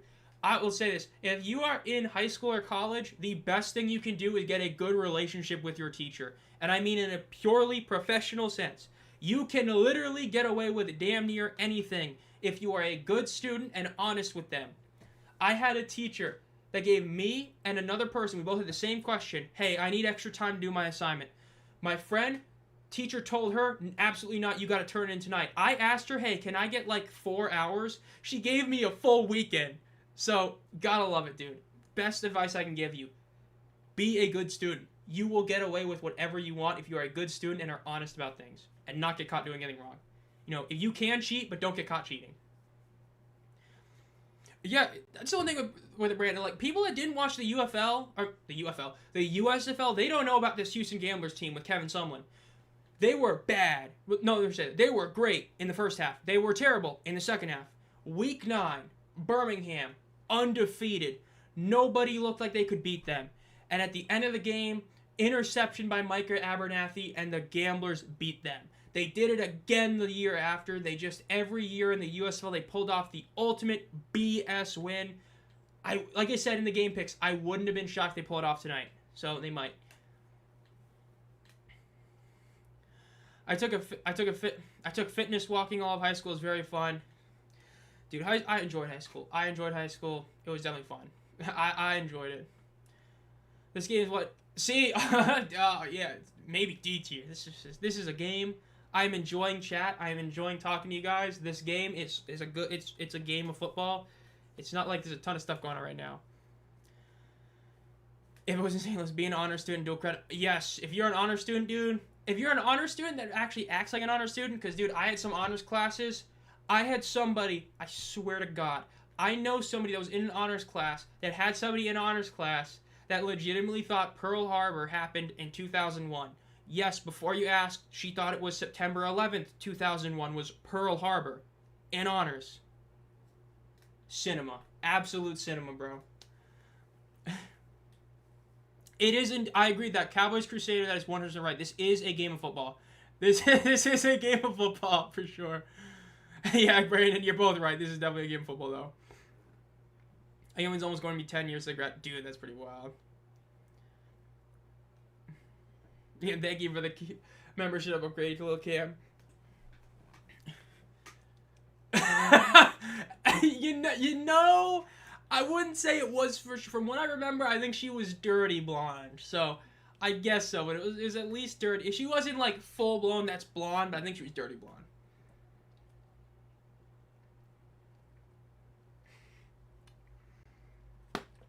Three points have been scored. That is true. There have been a few points that made their way onto a team score, and there might be 3 more in a couple minutes. So this is true. Gotta go to work on Easter. Damn, it sucks. What? Hey, enjoy your time at work. Remember, enjoy work. Don't hate it. If you enjoy work, you're never really working. So I hope you have a good time there, Gary. It was great having you here for a while. And hopefully you get at least to hear this game or see it, whatever. You know, either hear it, watch it on TV or something. But hope you have a good time. See ya. Bro, I'm done. This game is minute 45 seconds left. Let's see what Houston can do. 3rd down. Blue. I honest to God couldn't tell you if she did or not.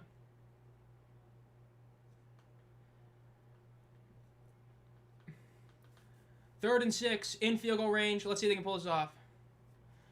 Drop back. Quick throw to the right. It is caught, and great tackle by Birmingham. He's down to the 20-yard line. We're going to have 3 more points being scored if the field goal is good.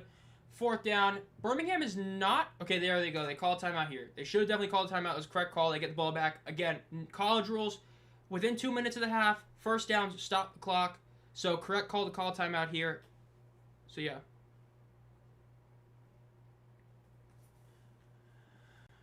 We had a raid. Yeah, that raid was definitely great. That was a cool one. When Tom Grossi raided, that was a cool one for sure. Enjoyed my time here. I've been following your channel for a while, but it's my first time I've spoken in chat. Hey, it's always a good time, especially like this year. Like, I was telling like the AFP guys, the social media aspect of the UFL has been so much better this year. There's so much more interaction on Facebook, on Twitter, on Instagram, on YouTube. Like, the channel in terms of growth from end of last year to this year wasn't insane. Not to justify, like, 2x concurrent viewer numbers. Like, this is the third stream now out of 4 that has done better than my championship live stream, to put it in perspective. And the channel did not grow by some wide margin during the offseason. So, like, people are caring more about this league, at least in a social media aspect. And that is also helping us have an even better time in chat. Because the more people you have here, the more fun it is. So, gotta love that. So again, if you're a first-time viewer, or you are, I guess it would be 10, 20, 23, about 7 the year before, 30. If this is your 34th or 5th time here, just UFL, because I didn't know the NFL ones, always great to have you here. This is the only chat stream I actually comment in. Hey, love to hear that. Oof, Void. Kick was up, it is good. There is some talk about Flaggy right here, so yeah. Again, Birmingham does have a minute and 11 seconds. They have 2 timeouts. Remember, college rules. So if you get a first down, clock stops until the ball can be snapped again. So they have more than enough time to not only get a field goal, but even a touchdown if they have at least a decent return. So we'll see.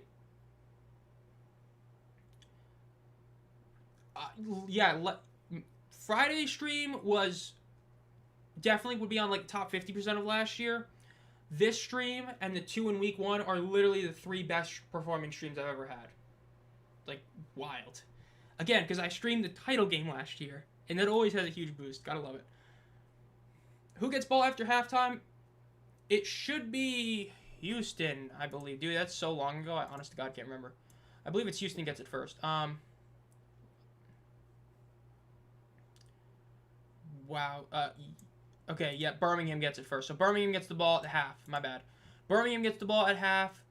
So they could double up here. They could get a nice little double up, which you'd love to see. If you're a Birmingham Stallions fan, obviously. 111A. There's a lot of time for that, right? I love the community you have created here. Hey, it's a great time. Like, it's great. I've been lucky to not have, like, any real issues within community and, like, comments and all that. Because I got my little 3 rules, So it's always nice. Gotta love it. I would say right now, D tier. Like, my tier for F is would I rather watch the Maulers Bandits 2022 game? The answer is no. So it's not F tier, but it's definitely D tier for me so far. Throw it to the left, it is caught, and it's up to the 49-yard line for Birmingham. He gets out of bounds, so the clock stops. Getting close to the field goal line, which is nice for them. I'm a Stallions fan. Hey, you can get a nice little double up here.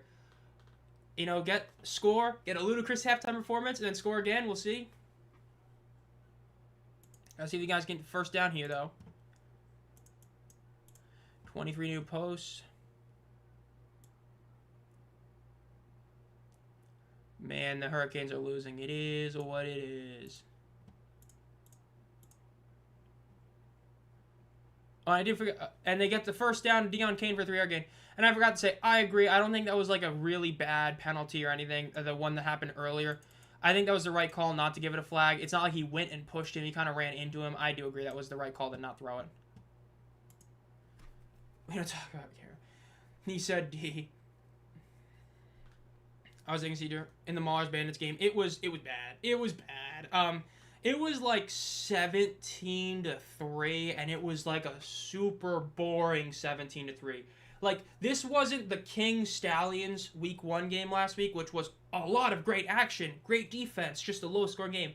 This was 17-3, and it felt like 17-3. It was so boring. It was such a weak game. I mean, especially because, like, you got to remember, that game had arguably the best spring football game in this era with the General Stallions. You went from that game to Bandits Maulers. Ball is snapped. 3 to the left, 1 to the right. Throws to the right. Is caught at the 40-yard line. Cuts inside. Gets to the 35. Keeps going to 30. Tried to strip it, but he held onto it down at about the 29-yard line. Because that 22 Maulers team, my God, it was so bad.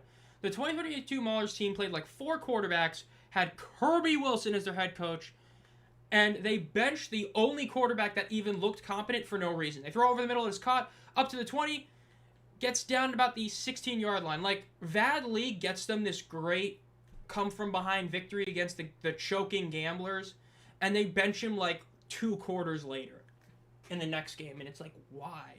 Like, Roland Rivers was a starting quarterback for a few weeks. They throw it to the left. It is caught at the 5-yard line. They got 34 seconds left. They got about 30 seconds left to try and score a touchdown here. You had Roland Rivers. I think Kyle Aletta was a quarterback for that team, and you also had, I think it was like a Morgan, or I forgot, I think it was James Morgan or something like that. It was one of the guys that or Josh Love. I think it was Josh Love. It was rough. That team was bad. It was a bad watch. Houston gabled and lost. Yeah, the Gamblers. Yeah, dude, that team in 2022. Like, if you didn't watch the USFL, that Gamblers team literally had a halftime point lead in 9 of the games, if I remember correctly. I think Adam will remember that better, but I think 9 of the 10 games they had a halftime lead, and they literally lost like 6 or 7 of them. It might even. I think they finished 3-7. I think they lost 6 of them. It was so bad how many halftime leads they blew, and especially because Chris Odom had such a great season. He had like 4 or 5 blocked kicks, had like 12.5 sacks. Yes, that was the coach at the Pizzagate incident. For those of you that don't know, the USFL had a show, United by Football, and in the first episode, they showed Kirby Wilson cutting his star Devion Smith running back because he asked for pizza instead of chicken salad for food. Iconic. Yeah, both T-Dog and Carr. Yeah, Birmingham finally playing good right now, just at the very end of the first half. Again, if they can score a touchdown, they'll have the lead if they get the extra point. 1st and goal. And it looks like there's a timeout called by Houston. I did not ever watch Player 54. I just remember seeing so much of The Rock and Danny on the trailers. I was like, man, I ain't watching this. Even the United by Football, like, I didn't watch as much as I really wanted to watch that one. I just was like, eh. Like, the first episode was iconic for that. It's probably the best, arguably the best thing spring football's ever given us is Pizzagate, but it was bad. Tyler Siskey, let's see, can you call a good play here?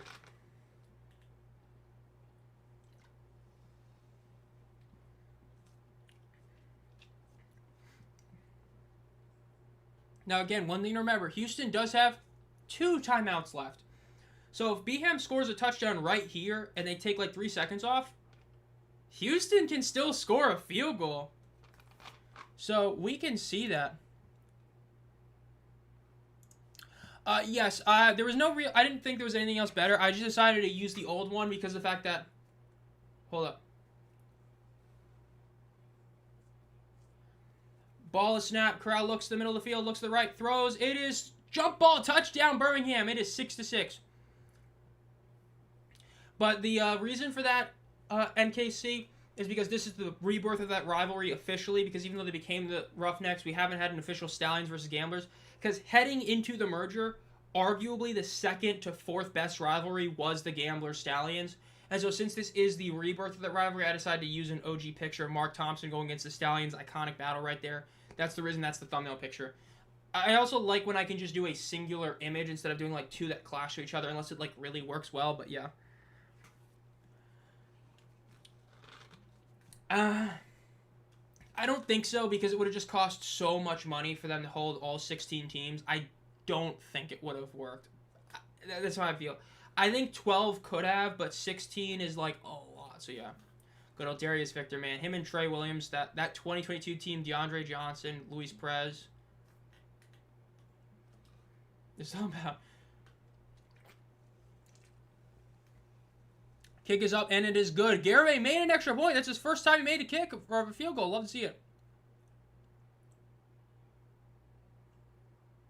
Oh, wait, Cowboys. Oh, I know what... Okay. I know which one you looked up. Oh, my God. I think I know which one you looked up. That's terrible. Ah. Okay, W catch. Thank you for that. I see what you mean now. I see what you mean, NKC, I see what you mean. Yes, okay. I'm gonna go change. I'm not gonna update. I'm not gonna update the one I have right now, but I am gonna update that for the future one. That's a good call. I did not realize that. Thank you for that. I see what you mean now. That I have the like my logo is the old one. I see what you mean. Thank you for that. New logo, new logo, new logo. Profile pic. Is this the new one? No, it's not. I need that's the old new one. I need the new one. There's the new one. There it is. Okay, so add that to this. And it decided to do this where it put it at the bottom of the layer. Now I gotta up it to the top of the layer. There we go. 250. There we go. Okay. Now I've got that changed. Okay, so for the next one, that'll be fixed. Okay, thank you for that. So then, like I said, I'm not going to change. I already posted it. But for the next one I do, that'll be fixed. So the next live stream will have the correct logo. Thank you for that.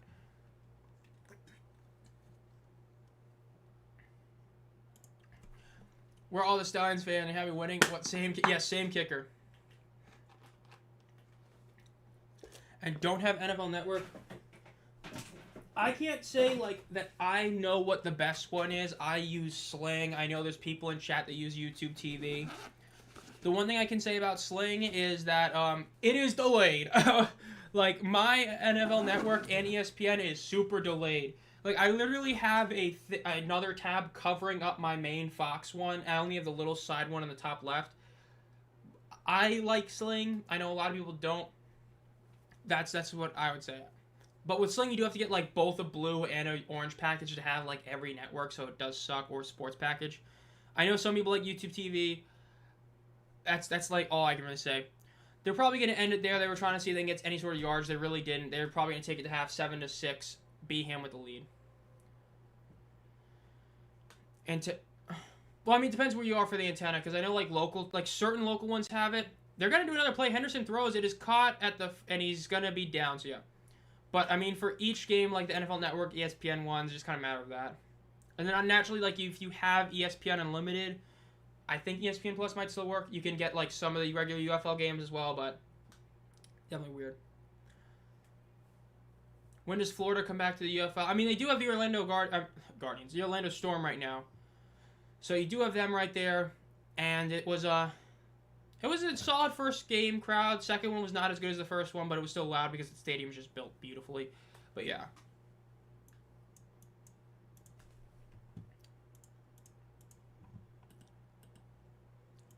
Now we're at halftime. We got the ludicrous performance. So let's look at some of the stats for this one. So far, Corral is 13-17 for 136 yards, 1-1 TD interception. So far, literally zero ground game for them whatsoever. Justin Ross has 3 receptions for 36 yards. Mickens 3 for 32 and a touchdown. Kane's got 3 for 23. And then on the gambler side, you have so far Henderson is having a decent game. He only threw a few really short passes, but decent. Hunter Decker's not a great stat line, not terrible. On the ground is where they've both been a bit better. Obviously, 18-yard rush for Henderson, 7 yards per carry for Deckers. Yarns is having a pretty decent game, all things considered. And so far, Sutton and Hall and Kirkland have all got 2 receptions for a decent amount of yards. That's so far we got there.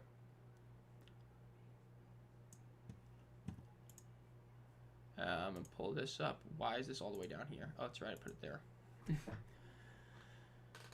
I realized it now. Yeah, Michigan, in theory, is supposed to come back in 2028. The idea is that the stadium that they're building for the Michigan soccer team should be done by the 2028 UFL season, and if it is, the belief is that the Panthers are going to come back with Mike Nolan as their head coach again. That's what the assumed belief is from what Mike Rapoli has said, from what we know about the Mike Nolan situation and the stadium itself. 21 free day trial. Yeah, because Fox 1 gives you like 30 minutes. That's hilarious, but yeah. I wouldn't say I'm like excited for it. I think it's going to be okay. I hope. I mean, it's just Nelly was really good. We'll see. Yeah, Sling is just yeah, because that's another thing with Sling. Like, I know I record some stuff, like some wrestling shows I'll record so I don't have to watch them live and all that.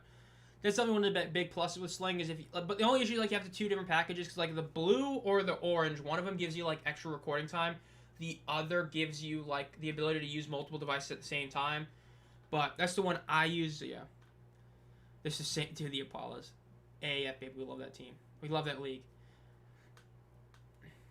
Yeah, the good old tax in California, man, they love railing anyone who has the audacity to play a single game there. That is definitely sad, but yeah. I do not know the progression of that stadium at the moment, like, directly. I probably won't fully keep up with it till, like, next year, till when it's, like, a really big deal. Like, okay, we gotta know for sure, but that's how I would feel. It was weird. It was a weird way they got to have. It just kind of felt like kind of random, but yeah, I know what you mean. I know we talked about earlier, the assumed belief from what Rapoli said is that we might find out by, like, the title game till the start of the year next year, but it won't be till the year after. So, like, they'll announce it, then you'll have 1 year of the same 8 teams, or they move them, and then you have the 2. So we might find out as soon as, like, 10 weeks from now to, like, a year from now, something like that. So, yeah.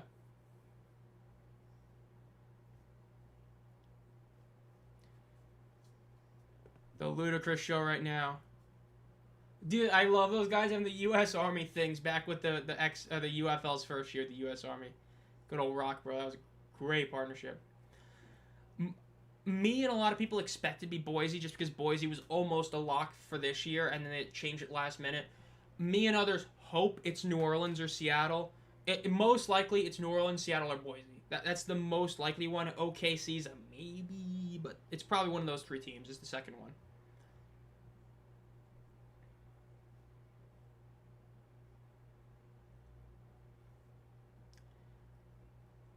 Cashman Stadium. Oh God, nah, we better not go back. Yeah, the Shrine is one that's most likely because I know they're doing the renovation for that stadium, and the USFL actually has checked it out. I've actually done videos on that one before because that was announced a while ago, and I did videos for that USFL because they've actually already reached out to the Shrine of Airline, so they already have that sort of connection being built there. So that's definitely a really like legitimate possibility is the Shrine, which I think would be a solid one. New Orleans has always been very good on TV, and that's the most important part is the fact they have such a good TV market that in theory shows that people would care about going there. Bring back the Breakers, and you'd be great.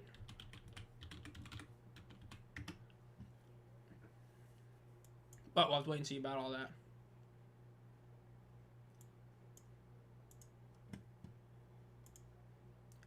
Bring back the Breakers. Yes, we got to bring it back.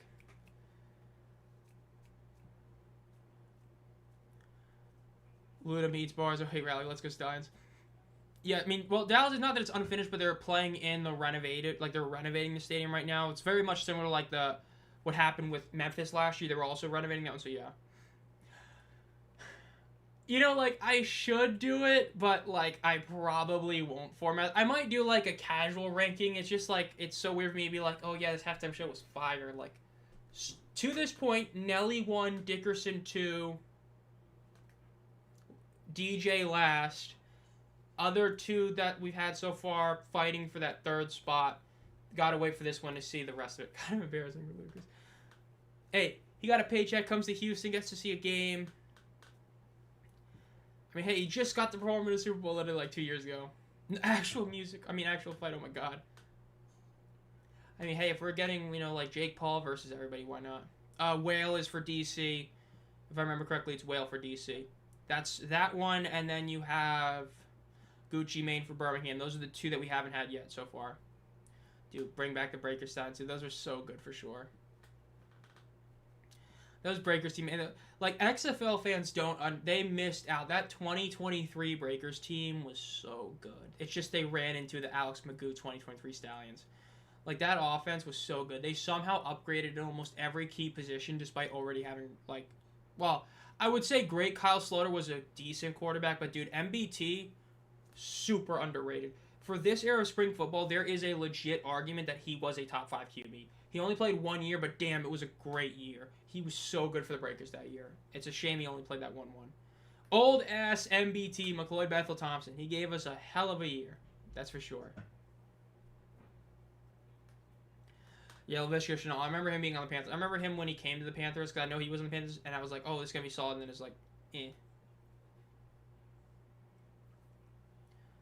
Next, we have the potential to some great attendance. Dallas, St. Louis, DC, and Louisville. Dallas is a maybe, but yeah, if Louisville has another great week, that'd be awesome. DC should have a really solid one. home opener for them with this marketing and the fact they are defending champs, that should be a great one. But we'll see.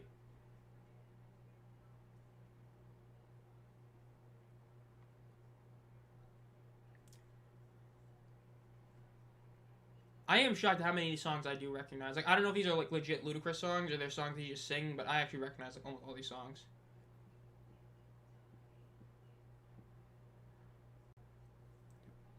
And then let's go over here. 2 new notifications. Not seeing anything there. 19 posts.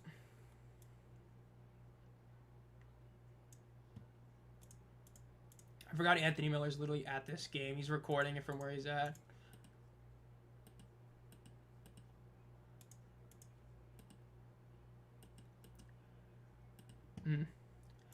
Who would I start?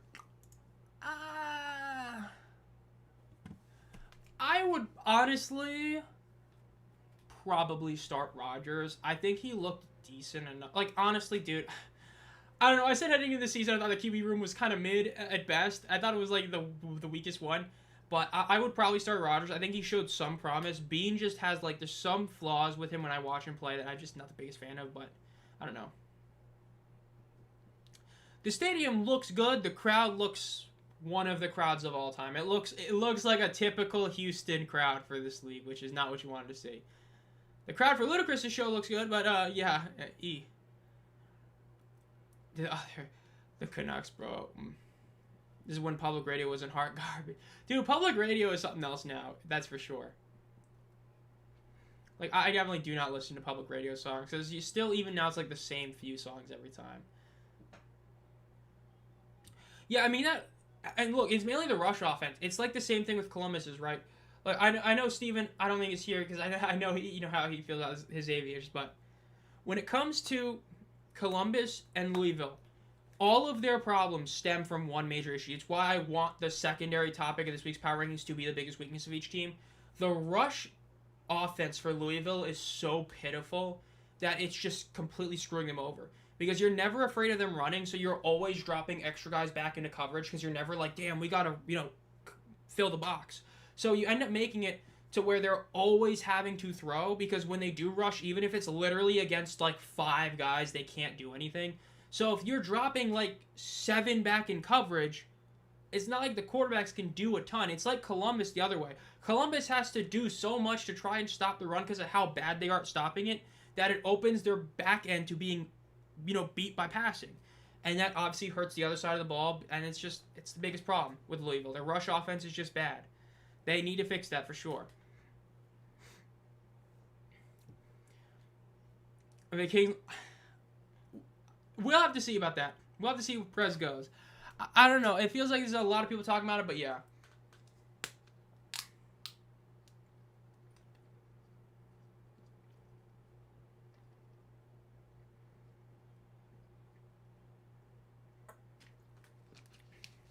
The Ludacris, I will still stand by. That was the only part that was good of the Usher halftime show.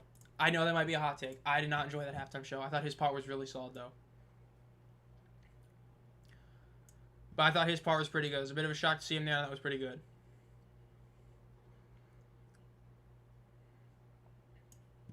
At the moment, not trending, which is what it is. Hey, you know what, Jay? I will say this to be fair.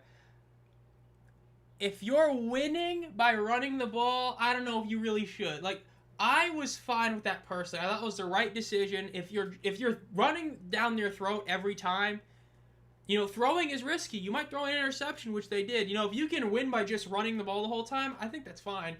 Like, if it gets you the W, it gets you the W. So I actually was fine with it. Like, was Te'amu incredible? No, but he did what he had to, right? He got the snap, put it down, handed it off.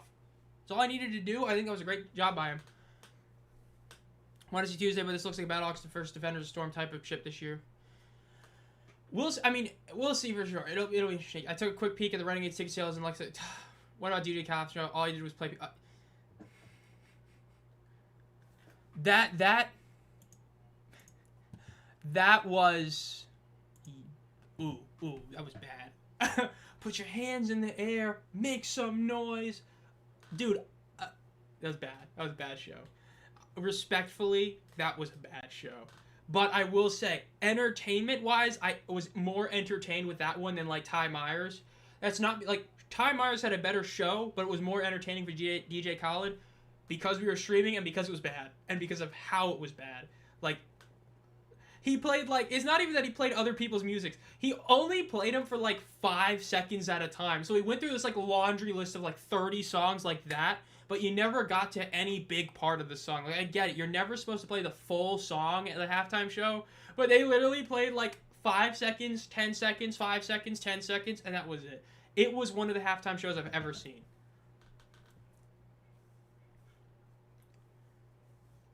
I would say for this one, though, this probably right now would be third, just because I actually know these songs. It should be second, but I thought Dickerson was a really good performance. I was very pleasantly surprised with him. So I would say this is probably third for me right now, if I were to do a ranking. Yeah, didn't he, to that point, Rebel, didn't he get, like, not booed, but didn't he get, like, no reaction at, like, an Overwatch final or something like that a few years ago?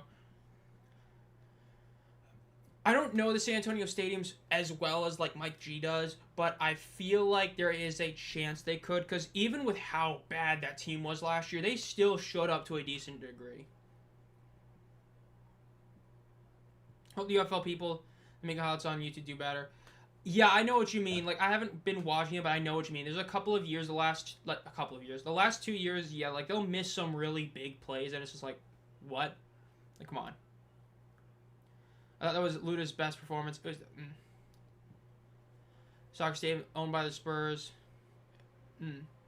I mean, that's the one market I haven't looked a ton up. Because I know there's some issues. Because you need it to be a not high school stadium, and you need it to be at least 15K. That's the two big issues right there. Toyota. I have heard that though. Well, isn't that the one that isn't that Frisco? That's the one that the Renegades are playing at right now. Go at it in real life action. Yeah, I wouldn't be too shocked, but like I said, Renegades is partially 8K. Yeah, it's too small. That's probably the issue. I think that they view that, like, absolute minimum is, like, 12K if it's being renovated, like Dallas, because there's, like, renovations going on. But not renovation, I think that 15K is the absolute limit to the low end. At least to me, it's what it feels like. They needed to be at least that. Went to a game, and it was fun. Yeah, I've heard a lot of people like when they went to San Antonio, for sure.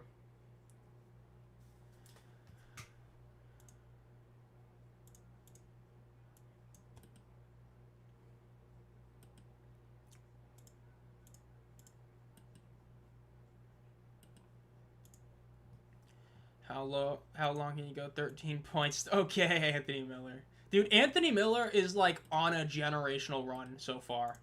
Like, this is the best Anthony Miller we've ever had.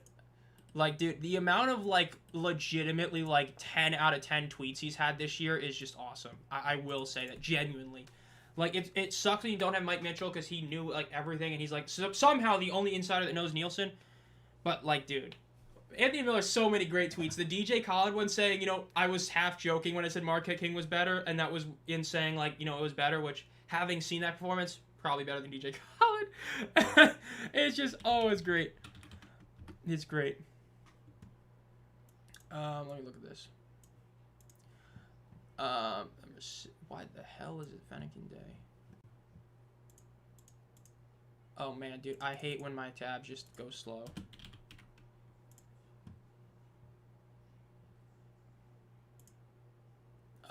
There we go. Pull that up and pull this up. There we go. I think Dallas should have been better attendance for being the main hub. You would also think so for sure. That you definitely would. Same with like Birmingham. Obviously back with the USL, you would have thought it was better because of that as well for sure. That's a good point, Uncle Dave. That's a good one. Tony was out. He can start the part of the bonfire. They need to put a football team in Omaha.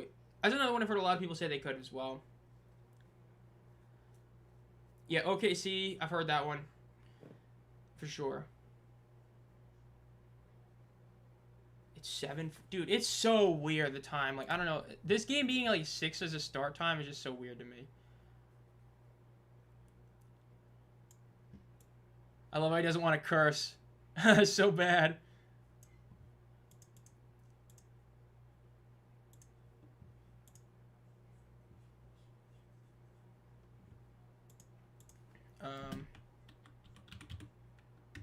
Oh, and I did the wrong thing. There we go.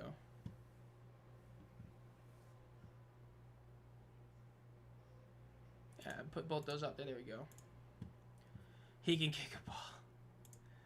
New post, nothing there. Okay. Halsey scored. Okay, love to see that.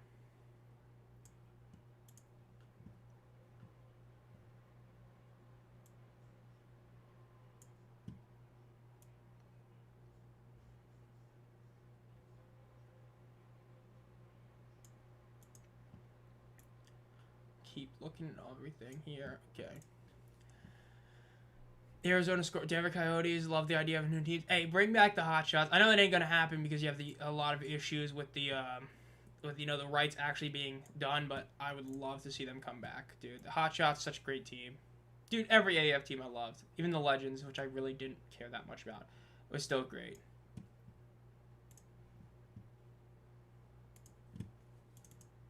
But hey.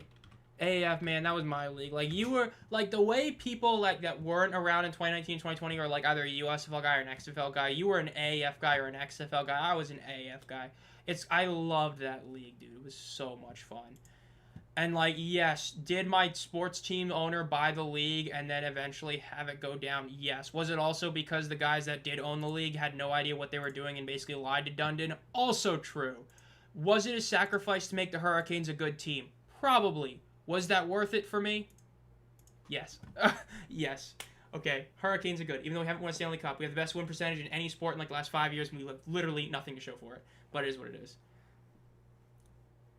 SVG.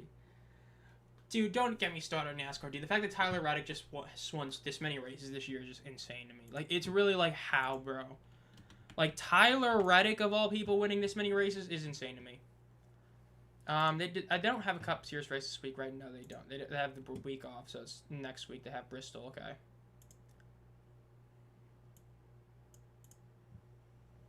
Raleigh. I'm going with the Arizona. I look at DC tickets and yeah, I would assume so. I would for sure. But yeah, dude, the AF I love that league. Jordan sued NASCAR, won, and that's all that mattered.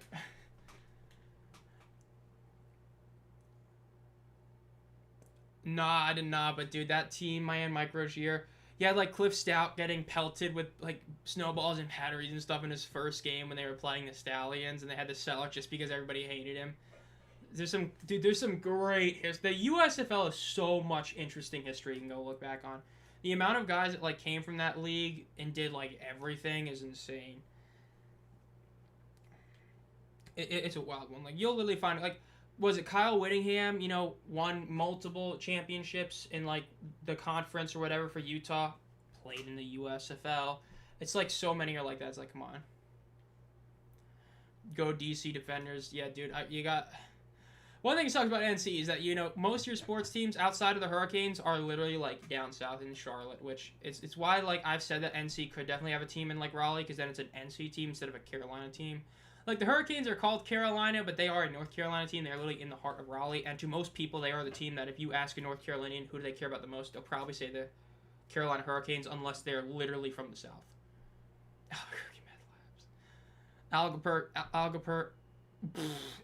Albuquerque, pizza on the roofs. How about that?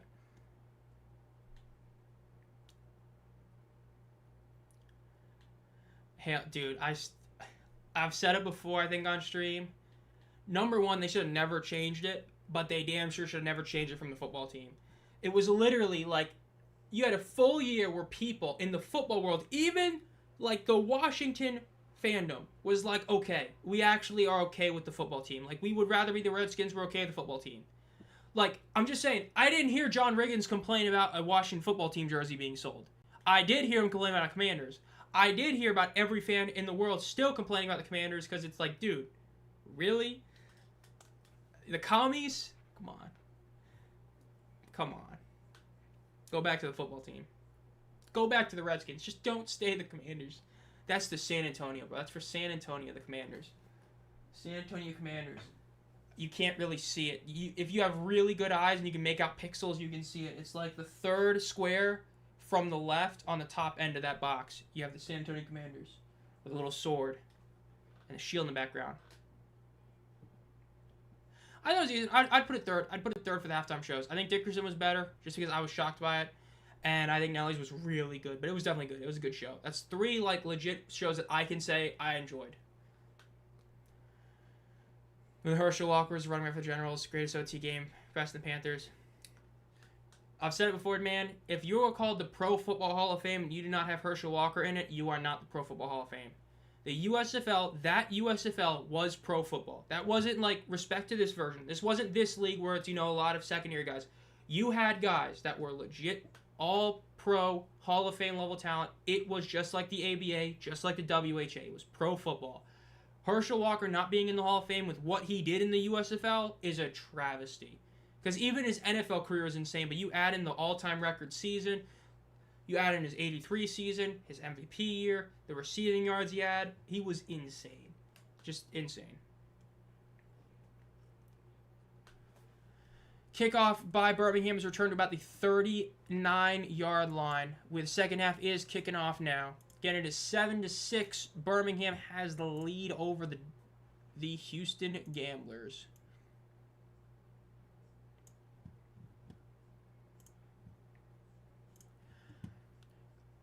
Shock does Grant. Shock in 2015. No one. First and 10. Ball is snapped. They hand it off to McFarland, who cuts up the middle and gets a first down to the 50, the 45, and he's down about the 41-yard line. Great run by Anthony McFarland right there. Former San Antonio Brahma right there. Had a great year there, so yeah. Yeah, what Trevor said, dude, Herschel Walker was so good. Like, if you look back at his stats, oh my god. He had some insane numbers. I was negative 18 in 1984. Dude, the good old USFL, bro. It went from like 12 teams to 18 down to, I think it was like 16. It was just wild. First and 10. 3 receivers to the right, 2 to the left. Ball is snapped, looks to the right side of the field. Throws it to the right. It is caught for about 5 yards. Kane cuts up, and he gets about an extra yard or 2. It's about 6 yards. It's Redskins, nothing else. Like, they just need to get back. Like, I'm okay with the football team. I'm okay with it. I think it worked for them. It eventually did. But, man, dude, the Commanders, come on. Like, there's a reason why so many former players hated it. Like, dude, stop. Come on. Especially with that, like, the logo you have now doesn't work. Like, it worked with the football team, but not this one. Come on. 14 year 3. 2nd and 5. In shotgun, ball is snapped. They fake the handoff. And he's getting pressured, and he's taken down for about a 1.5 yard loss. Oh, yeah, dude. The Commanders' jerseys suck. You Dan Snyder, bro. He tried to do everything to save himself. He did so much bad. Oh, my God. Now 21 get called. Oh, God. Dude. God, what? I'm only here because I got the Stallions 7. Wow. Stallions 7.5. That's a bold pick. That's a bold pick. He picked them 7.5. I mean, if they can score here, it's looking up for you, but that's definitely a bold pick. 3rd and 6 for the Birmingham Stallions. Let's see what they can do here. Ball is snapped. They look to the right side of the field. Getting pressure. He throws over the middle. It is caught, and he's going to be tackled. It's going to be 3 yards shy. They're going to have to kick a field goal here or go for it. But let's see. Washington Redskins better than the Commanders. Excuse me. Old USL had 14 in year 3, 8, 5. Yeah, they were like 12, expanded to 18. They lost like 4 of them because the Maulers died. Like, Panthers merged with the Invaders and basically became the Michigan. They were the Oakland Panthers. Their best players were from the Panthers. But, you know, it is what it is. Timeout call by Birmingham. That's a big break for Kevin Sullivan right there, forcing Birmingham to use a timeout because they're trying to debate exactly what to do here. Again, you have a very questionable kicker in Jonathan Garibay. Even though last year was very good last year, he was almost perfect outside of a block kick. This year, no. So you're very questionable about that. So even though you really should be kicking it here, it looks like they're going to go for it, but yeah. Put a team in Utah. Hey, why not? Who did I talk about? Let's be honest about the whole thing. Go for it, AJY. Yeah, I guess he's trying to debate for sure if he wants to kick it, but I agree. I would not kick. I mean, calling a timeout this early on is definitely a... Yeah, I mean, the more you look back, like I've said, there's the rabbit hole of the original USFL for being 3 years is so deep. You will learn about, like... Carr, correct me if... Any of you who remember it, because I've researched this, but I don't remember if I don't remember to make this fully. The Wranglers and one other team literally swapped franchises. They literally swapped franchise. It was some insanely weird ownership trade buyout to where they basically traded with each other. And it was like, it's so insane. Like, that happened, again, the 86 season that never happened, where you had the Generals and the Gamblers merged. That would have been a super team. It's just so many wild things. Yeah, the Blitz. Okay. Yeah, they ended up, like, literally trading franchises, and then the Blitz ended up becoming, like, the Wranglers, and the Wranglers made the championship game against the Stars. Insane. Insanes. Hakeem Ball, yeah, he is supposed to make his debut this week in week 2, so that's the only big one. And coach, okay, yeah, it was a whack one, and ended up really, didn't work out for the Blitz, considering the Wranglers immediately made it to the title game. They lost. I mean, it was the Stars, but they got there.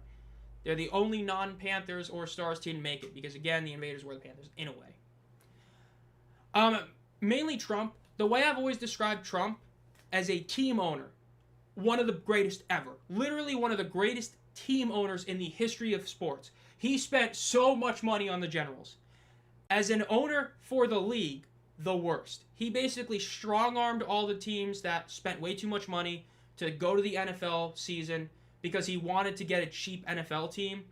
So he ended up basically strong-arming a lot of guys because a lot of owners ended up spending way too much money they didn't have.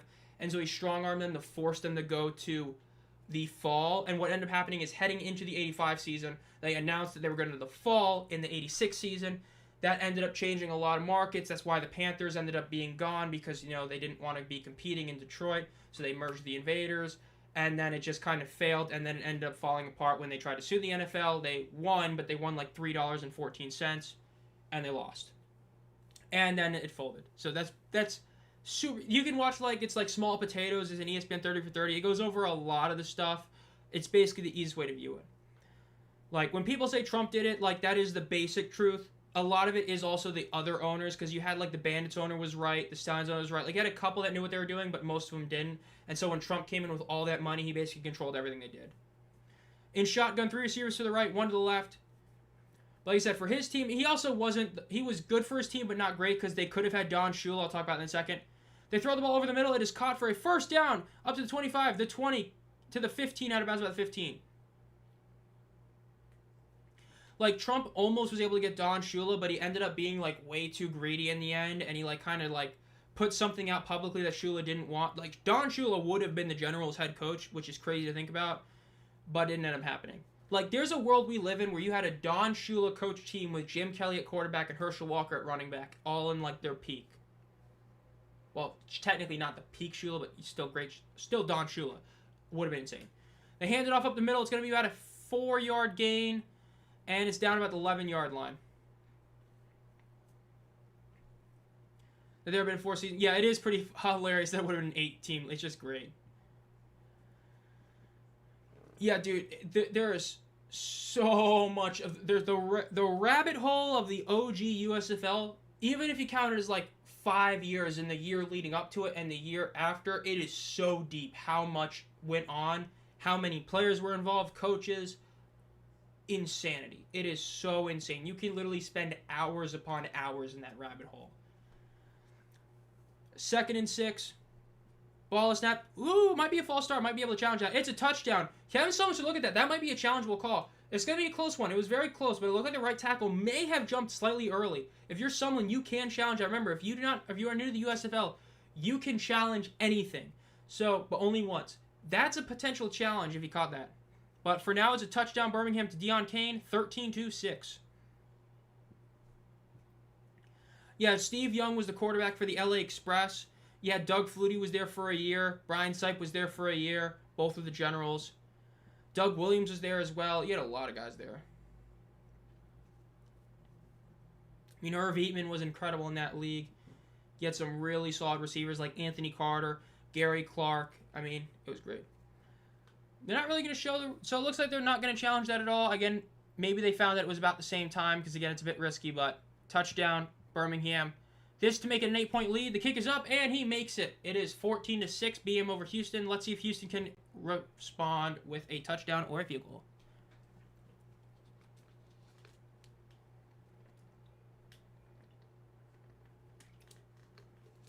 2 of 4 in the season. That's so bad. I still can't believe he missed the first ever 1-point kick in UFL history. That was so funny.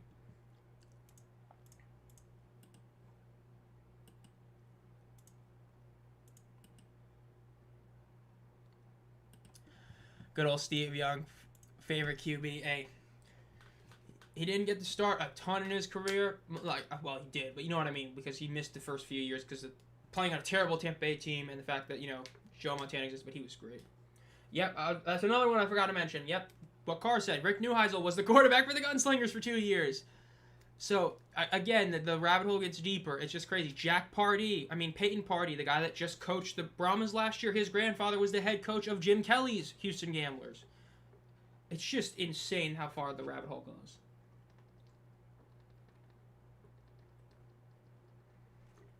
The one thing that probably will happen in a more direct way is stuff with the rules, Jay Smith.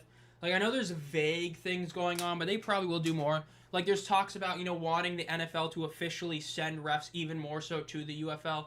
So you do have some sort of thing together, but, you know, it's kind of how it is right now.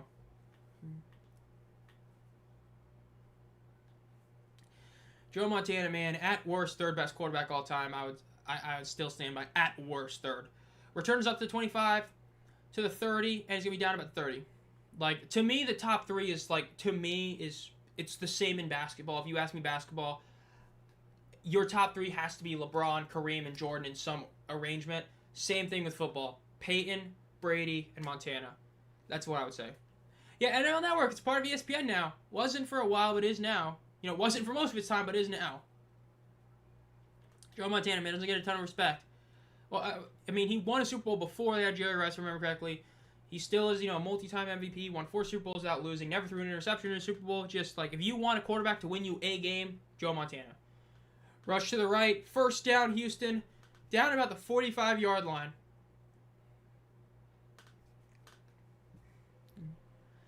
Like, if you ask me who the best quarterback of all time is in an all-time aspect, it's Brady. But if you ask me who do I want for one game, Joe Montana. Pick like that. Some ref is going to hear. What would A.J. McCarron do? 2v2 or 4v4 football league would be your... I mean, you did have something kind of like that. I mean, I think the FCF was like 7-on-7. They hand it off again. It's carry up to the 50-yard line. Going to be down to the 49-yard line in Birmingham territory. Maybe they give him the 48, so no punting for Houston on this drive.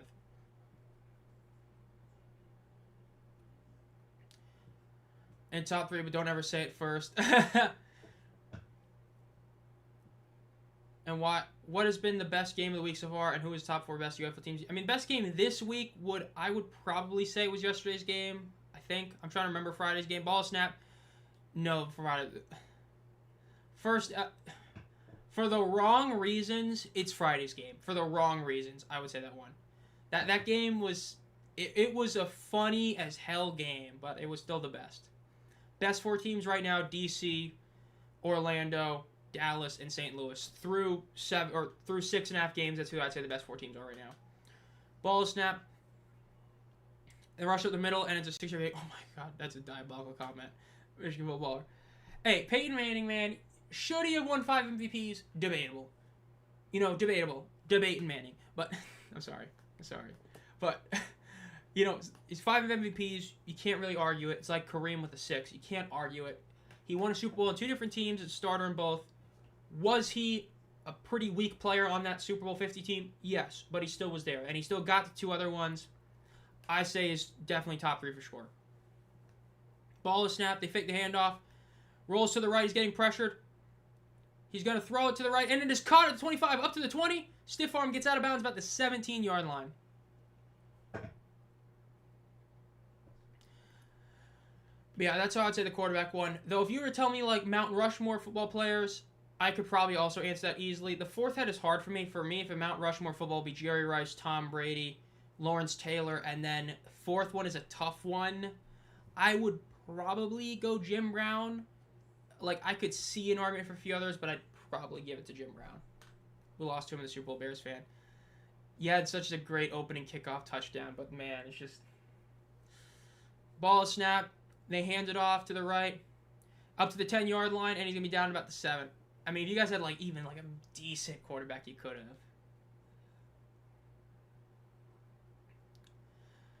have. OJ Trust. Oh. The Astrodome, the 84 gamblers. Second and 2 for the Houston Gamblers. Let's see, there's 8 minutes left in the third quarter. 14-6. Birmingham leads. Both teams still have a super challenge. Birmingham down to 2 timeouts. Houston has all 3 left. In shotgun, 1 receiver far on each side. Ball is snapped. They hand it off up the middle, and it is going to be, depending where they, it's going to be about a yard and a half gain. This should be third and half. Third and a yard and a half, I should say. Or third and a half yard. That's what it should be. We'll see if that is. Potential QB sneak here is what I would do. Obviously, you can't do a traditional tush push, but you can still do a QB sneak. That's what I would probably do here.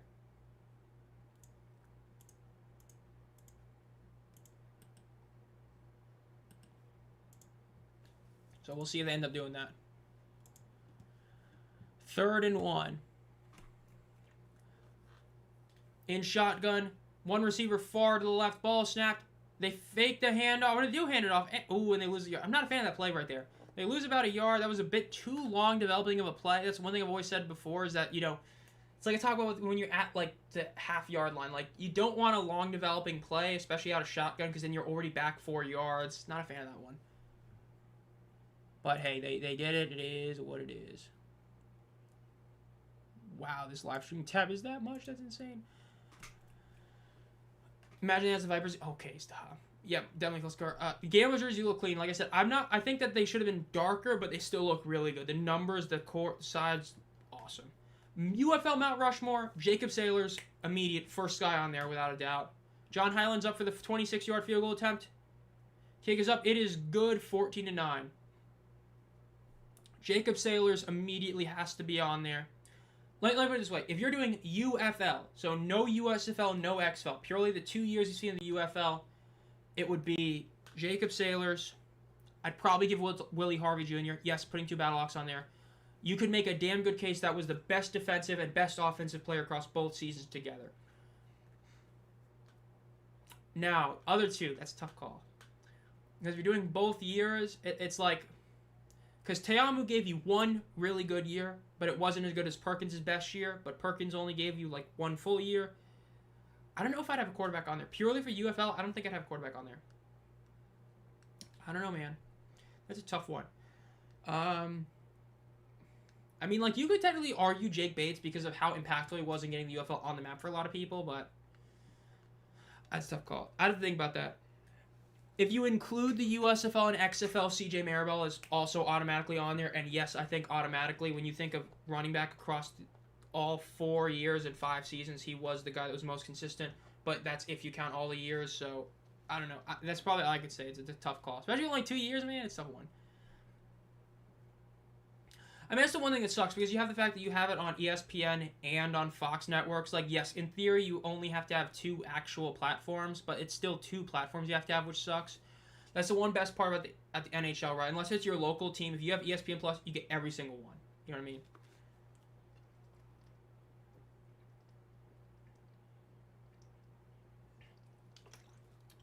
Man, I gotta say, Toy... What part? Because, man, this game... I mean, there's been some exciting touchdowns. For sure. I mean, a couple really good drives, but... There's been a few other games that are a bit more exciting. I mean, hey, there's been some good plays for sure.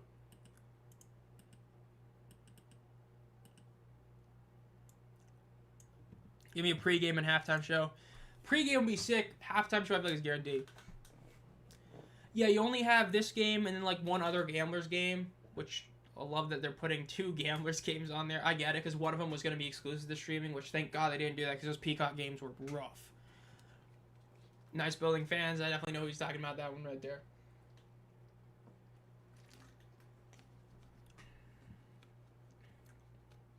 Love 4-sided or even 3-sided American football.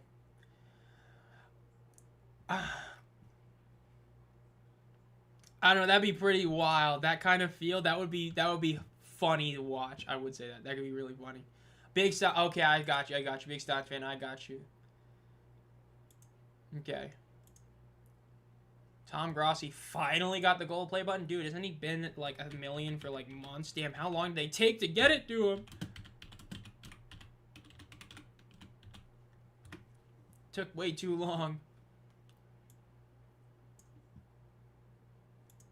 Last 2 drives. That's insane. 10 and 10 right? 2 drives. Yeah, I think it's like a couple weeks away before you get St. Louis or Orlando, if I remember correctly. I don't remember the schedule. I don't have it directly in front of me, but I know it's like, I think, before midseason. Gambler's offense has been better than 9 points shows, but it hasn't been, like, great. Like, they did have one really good drive at the beginning of the game, and just like in week 1 last week, Birmingham got a great fumble and was able to stop that drive. Both Deckers and Henderson have been solid. Haven't been great, but they haven't been, like, terrible or anything, but they haven't scored a touchdown yet. Return is up to the 40-yard line for Birmingham. Great return right there.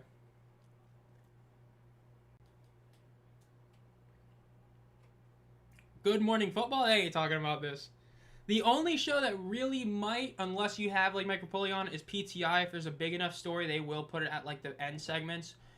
But that's probably the only one.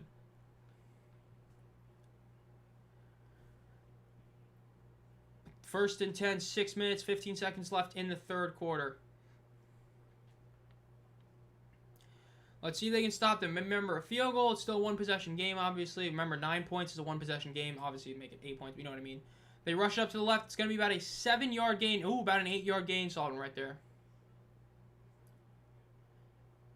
That's nice to see. UFL show, yeah, I remember they finally started having a show on the UFL channel. They're actually, like, doing some stuff in the UFL channel, which you like to see.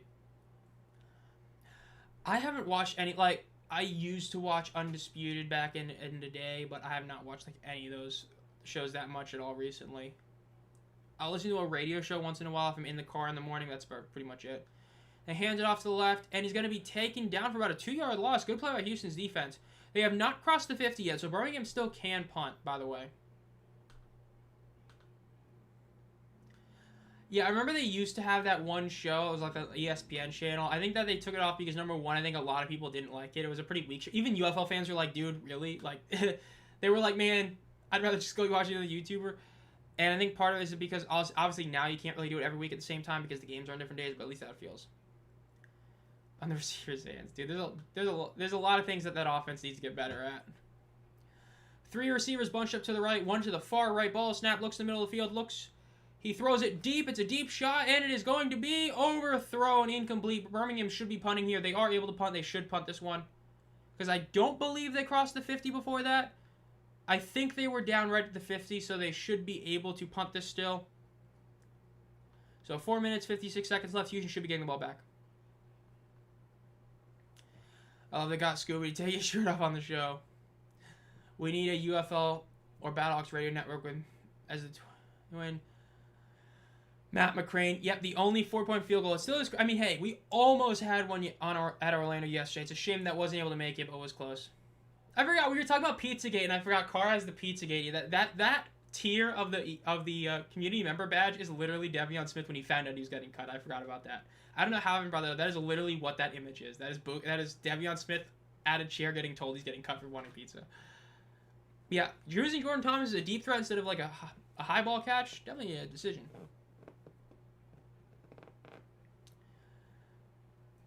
Yeah, it is nice with her. It was the punt. We'll see what Houston can do here. Showing some OG Gamblers jerseys and the OG helmet. Love to see that. Look at that. Showing the OG Jim Kelly jerseys. Bruh. First and 10. 4.5 minutes left. Less than 20 minutes left in the game. 14-9. 5-point game for Houston. At their own 10-yard line. Ball is snapped. Fake the handoff. Henderson rolls out to the right. He throws it. It is caught for the first down. Up to the 15, the 25, the 30, the 35. And he's going to be taken down at about at the 41-yard line. Great run right there. Actually, about the 43-yard line. Great play by Henderson and Kirkland right there. Getting Kirkland from the Brahmas. That was a huge grab in the regional draft. Again, their regional draft, they got him. They got Anthony Hines. It's a great draft right there. Brahmas, he did...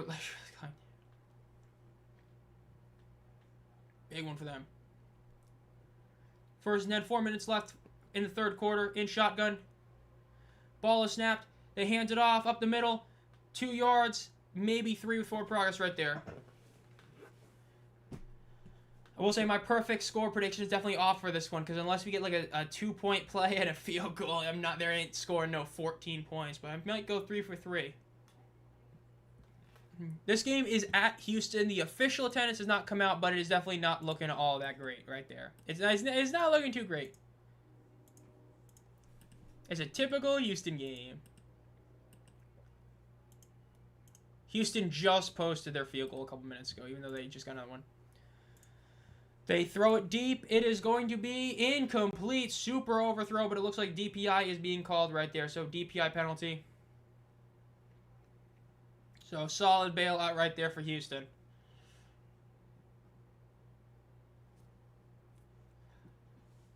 And remember, they changed it. It's no longer college rules. It's NFL rules. So where the flag was thrown is where the penalty is. So it's going to be a big penalty. It's going to bring them up by about like 15, 20 yards right there. Yeah, they're going to get the ball about 1st and 10 at the 30-yard line. So they're already in field goal range to try and make this at least a 2-point game. So big for Houston.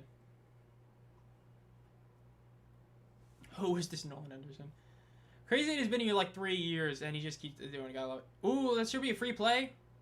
Throws it over the middle. It is caught for a first down. Again, I think that was Kirkland. I couldn't tell for sure. But it's a first down, and it's a penalty. Offsides. Just as the weak Dallas crowd got the announced number. Yeah, hey, you gotta love that. Hey, the announced number is always higher because it's tickets distributed and all that. You gotta love it. The pride of Easter Memorial Day spring football. Just want to die at NIT college basketball crown. All 7 people that know exist. Dude, hey, love to hear that for you. But I always, like the college basketball crown, I always forget about that thing too. It's just, I never understood what it is either. I know what you mean. They hand it off up the middle. Gonna be a 3-yard gain.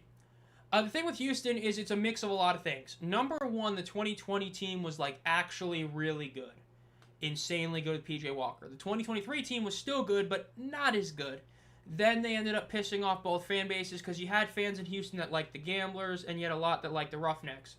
And because of PA shenanigans, you ended up keeping the Gamblers but rebranding them to the Roughnecks. You pissed off both fan bases. The team also sucked for 2 years thanks to CJ Johnson. And so, yikes. That's basically what happened. Ball is snapped. Look to the left. Quick throw. It is going to be caught. And he breaks the tackle. Gets to the 20. Gets to the 15. Up to the 10. Cuts inside the 5. And he's down about the 4-yard line.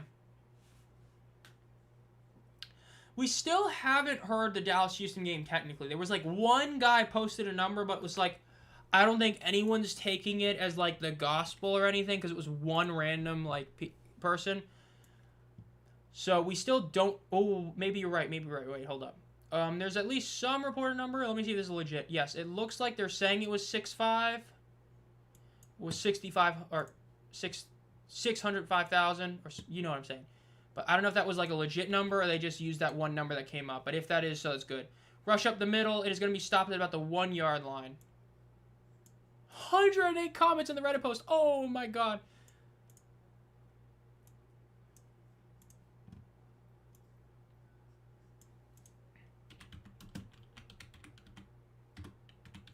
One-yard line. No push. Ball snapped, and it looks like a touchdown. Maybe there's a flag.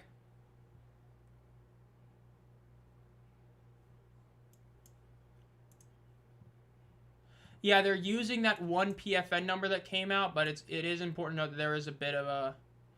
Not everybody fully believes.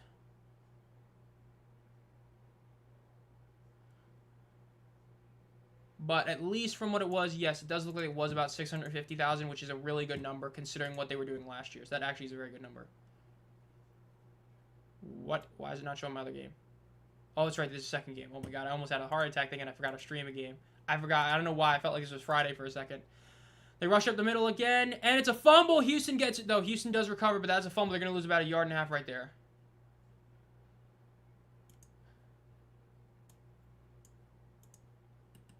We're almost caught. Yeah, fumble, but they were able to get it back. Dude, if they got another one, that would have been insane.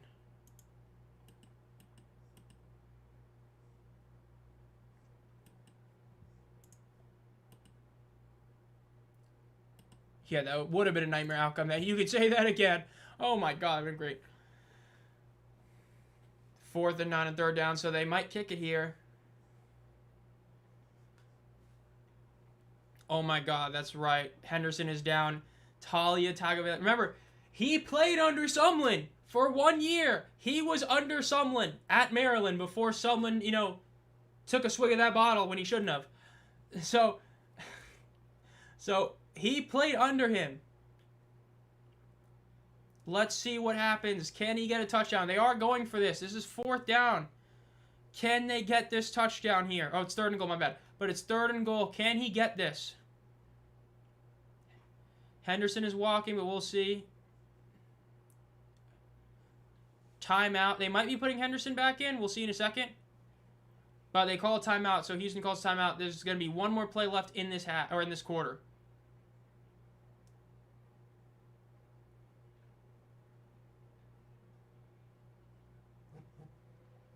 Kevin Sullivan's mic, yeah.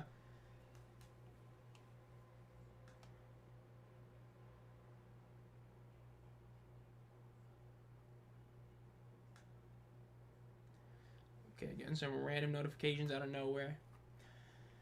Good old Talia. 2020 XFL. Dude, 2019 AEF. Those are some leagues. 3rd and goal, still in timeout right now.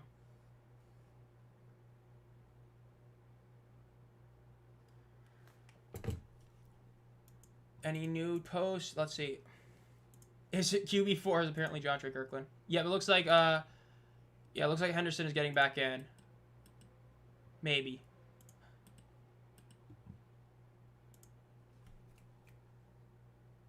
Yeah, so Henderson is back in because of the fact that he wasn't super hurt, so he's back in. 3rd and goal at the 2-yard line.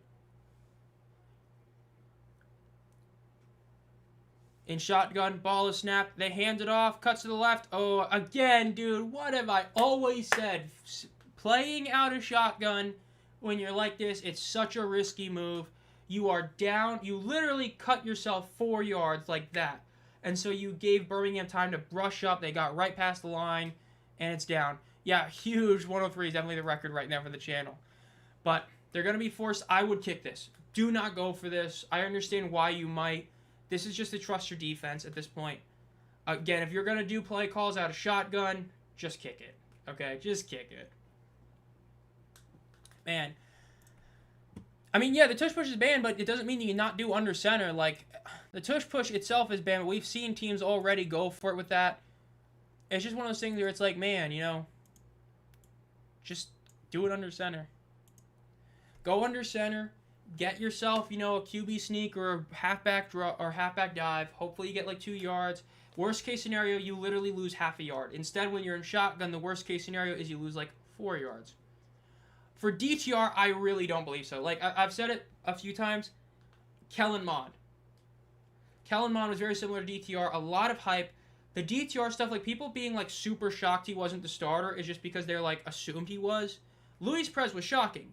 DTR really wasn't. If you're going to trade for a quarterback, you trade for Perez, not DTR. You know what Perez is. You don't really know what DTR is. And a little bit he did play, but during the injury, he wasn't, like, insane. That's what I would say.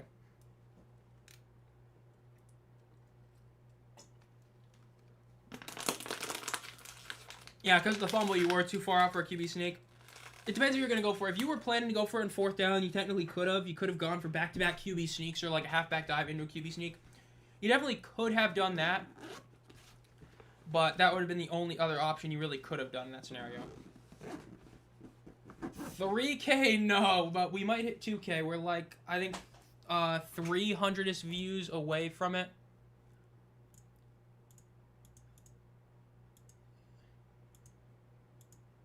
So that's what it is right there. So yeah, I think we're about close to 2K right now. I think we're like 300-ish away.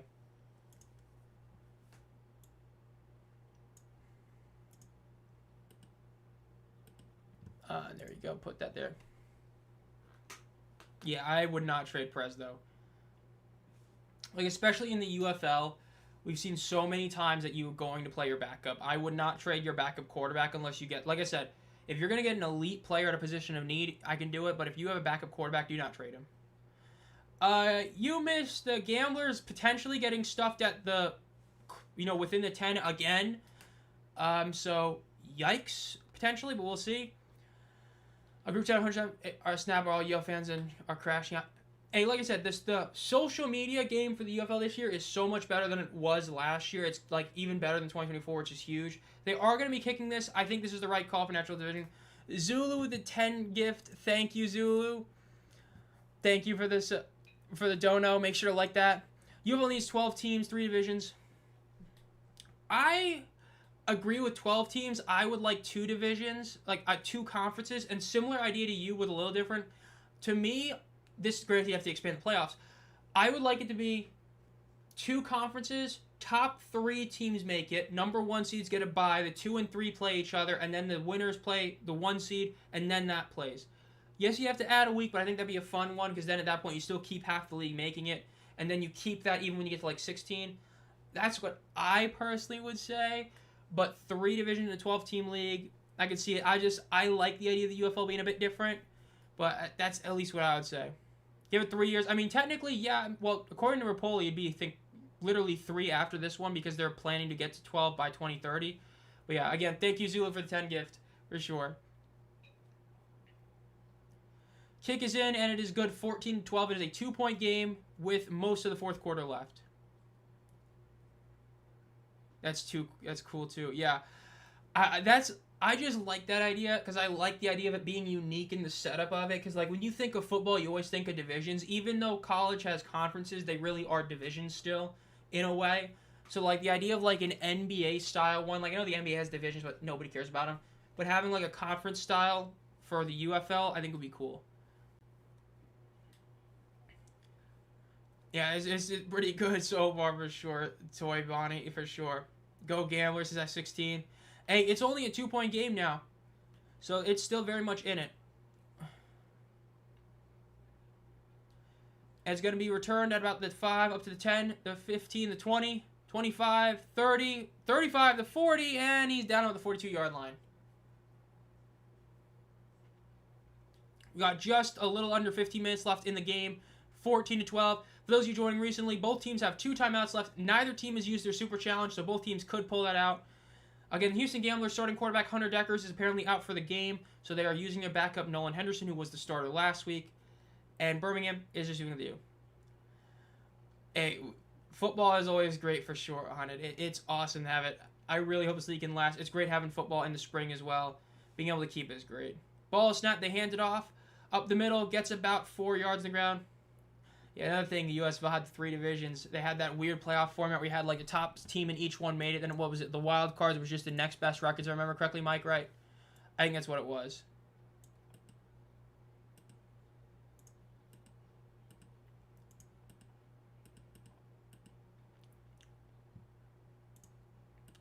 Yeah, multiple people talking about the Gamblers coaching and how conservative they are on the red zone. I wouldn't even say it's fully conservative. They're not even doing like truly conservative play calls. They're doing like conservative aggressive, which is really stupid. Throw is in. It is intercepted by Houston at about the 34-yard line. He beat Ross to get that. Houston has a shot to try and take the lead now. Massive play. Corral with a very rare true mistake. Houston has a shot to try and take the lead on this drive. Wow, got to throw that one. Yeah, that was definitely a weaker throw right there. They throw it deep. Yep, and he just beat his man. That was a great play by 32 right there. The Super Challenge, Uncle Dave. The Super Challenge, each team gets 1 Super Challenge. It allows you to challenge anything. A false start, you can challenge that. Did you get called for one? You can challenge that didn't happen, or you can challenge that one did happen. You can challenge literally anything. With a Super Challenge, we only get 1. Technically, yes, Redbird. I don't know for sure how much Rock is, but you have Mike Rapoli, Redbird, Fox, and, Rock. So you technically have like 4 if you want to be technical about it. So, yes, you got a lot of people with some money doing it. Ball snap. Henderson looks to the left. Throws is going to be incomplete. Bit of a drop right there at the 40-yard line. Just because you know how they played last week. Hey, like I was trying to say, during my power rankings video, I did try to say that, it was 1 week. You can't super overreact. You have the issue that is the same in most other times where you have the issue where you head into week 1, you're not fully prepared, you don't have a super long preseason, you only have 1 month of a regular training camp, so you're not fully together there. Give it another week. And I also said that the one risk thing for Birmingham was they didn't play that good last week. They won playing poorly, and it's kind of hurting them again this one. Henderson throws the check down, going to be caught for about a 2-yard gain as he gets pushed out of bounds, going to be 3rd and 8. No problem, Uncle Dave. It's one of those things that's a bit different. Even last year is different. Last year, if you got your first one correct, you got a second one. This time, you don't. Stadium, not looking too good. We'll see the number, but it ain't looking good. There are people there. Not a lot. I remember him saying 16. If he said 32, he's definitely talking about the far future. I don't remember that fully, but I do remember them saying 16 for sure. But that'll be in the distant future. No attendance numbers yet. We might not find out for this one for a while. Again, for those of you who don't know, because of the fact that Mike Mitchell no longer covers the league because he's retired, or he's taken a break from both the UFL and NFL. Ball snap, throws it to the right. It's going to be caught for the first down about the 48-yard line. Because of that, we don't know for sure when each numbers comes out. Some of them are different, but we'll see. Thank you, Uncle Dave. Thank you for that. I don't know, man. They spent a lot of money, Haunted, that they really didn't have to spend, that they wouldn't have spent. They didn't think it was going to last for a while, at least another couple of years. I mean, you don't go to Inter&Co Stadium when you have a free year at Camping World, because they had a free year at Camping World, and they chose not to do it to make their system work, so yeah. He didn't retire, but he's taking a break because of family stuff. Rush up the middle for 2 yards, and Mike Mitchell, who was the main guy that posted the TV ratings and attendance, he was like the main insider that had information with Nielsen, but because of issues... Well, again, because he's taken a break from both the NFL and UFL, he's not doing it. Which is why the TV ratings is very awkward, where we don't even know for sure if the Houston-Dallas game last week was truly correct. But we'll have to wait and see.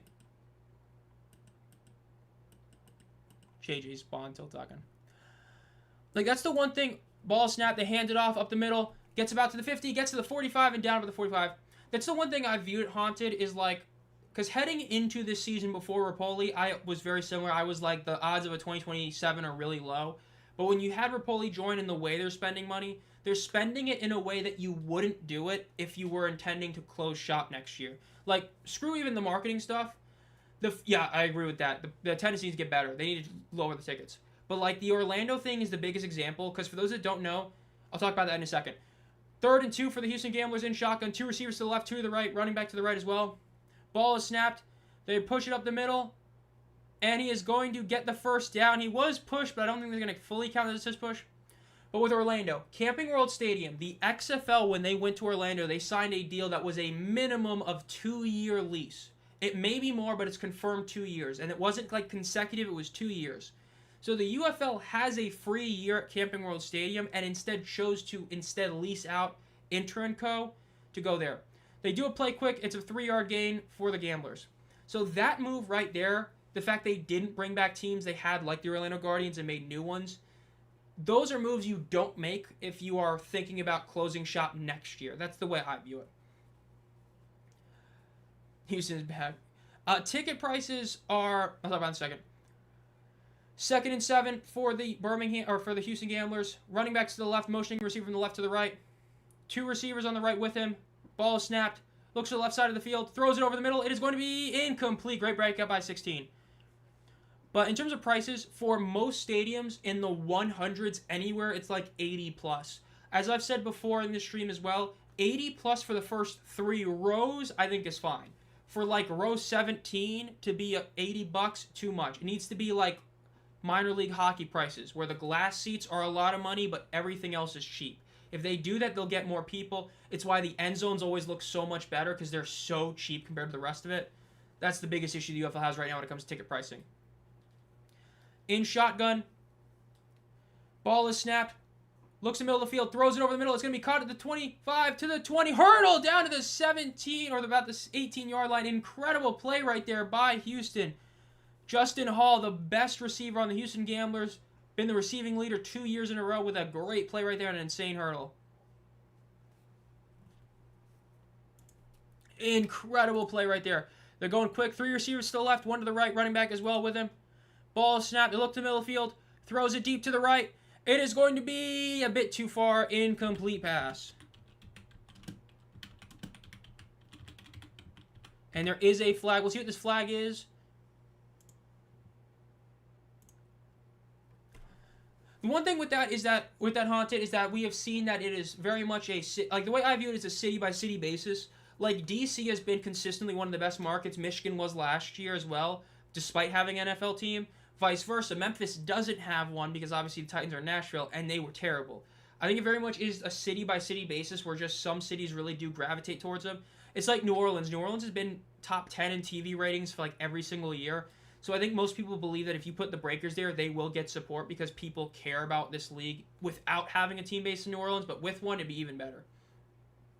But then you also have other markets that really should that don't have a team. I know OKC is one people talked about. Tulsa as well. Boise, ball snap, 3 receivers to the left. Quick throw. It is caught at the 10-yard line.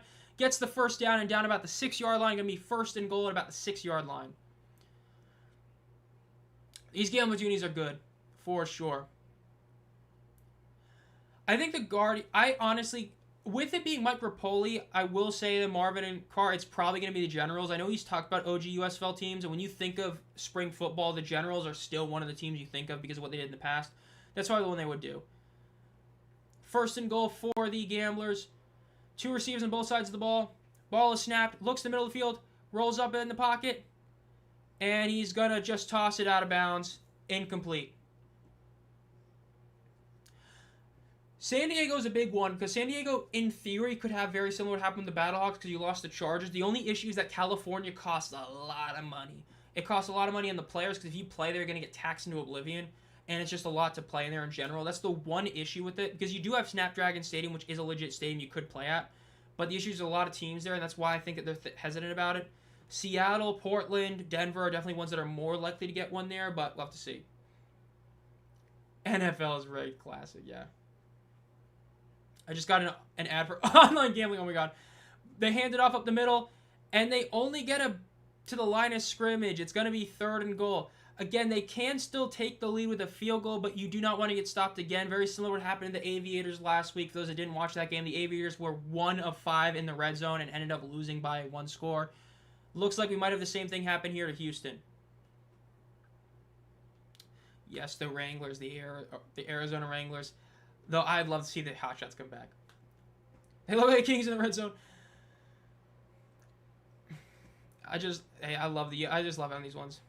I mean, Detroit, yeah, they do. I mean, the Lions are in Detroit, so I mean that's the one you do have. You have the Detroit Lions. Kick is up. It is good. I mean, that's where the Panthers play was the same place.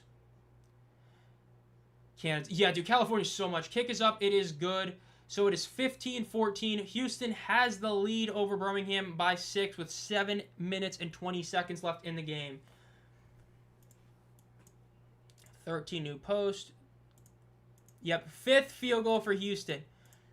Now, again, for those that did not watch the USFL back in the day, like not like the OG one, the one from a couple years ago, Luis Aguilar had 8 in a game.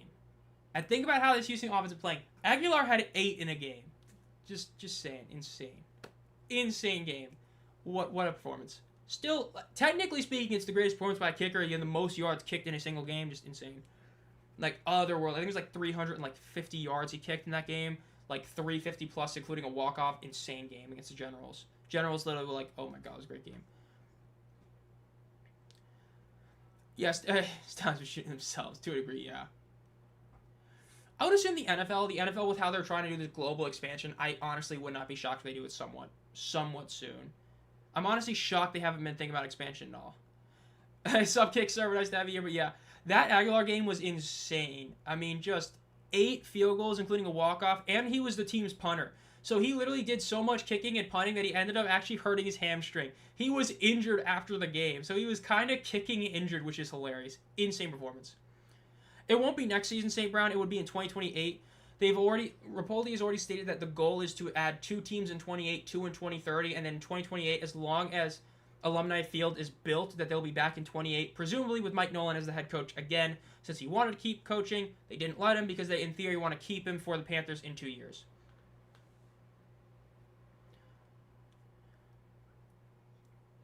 Doesn't need expansion. I mean, you're not wrong, but I mean, Mike, but even like the NBA is expanding teams to add 2 new teams, and they really shouldn't either. So, I mean, like, they just want that money. They want more and more money as possible. Like, I'm glad the Supersonics are coming back, but, like, we do not need a Vegas team in the NBA. We do not need 2 more NBA teams, but hey, you know, I guess so, but whatever.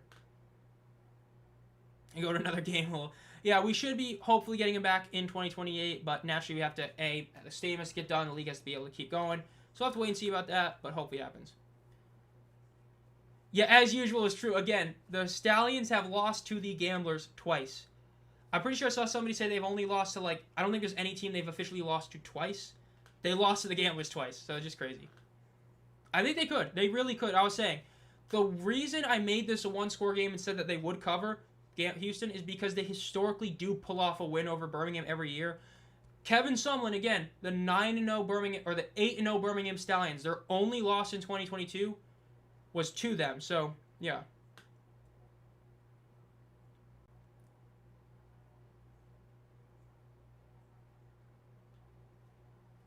Wow. Wow. Houston apparently challenged that, it looks like, and they got first and goal. Or no, that wasn't even challenged. They reviewed that? Yep, they challenged it. Official review. That's crazy. So, Houston's field goal is now taken off the board. It was officially reviewed. It was taken off the board. So now Houston gets first and goal. They've got another shot to score a touchdown. You had the officials. They looked at it, and they said that it was oh, that's crazy. I would hope Nolan returns to a new team, but that's definitely a big question. Yeah, they kicked a field goal, but they reviewed it, and they said that it was a penalty, so Houston gets the ball. Again, you have the replay command center, and so, crazy, but Houston has a shot now to score a touchdown. Roll to the right, gets pressured, and incomplete pass. I'm going to the St. Louis BM game next week. Dude, nice. Third one. Is that your third game or your third St. Louis BM game? Because if it's your third St. Louis BM game, that's insane in an awesome way. Either way, it's great, but that's going to be awesome. Diego Pavia, MVP next year. Oh my God. Could you imagine? Yeah, watch him still get stuffed and have to kick a field goal, and that'd be hilarious. Ball is snapped. They hand it up the middle. It's a touchdown, Houston. They are up 18-14. Houston has the lead. They get the touchdown, 18-14.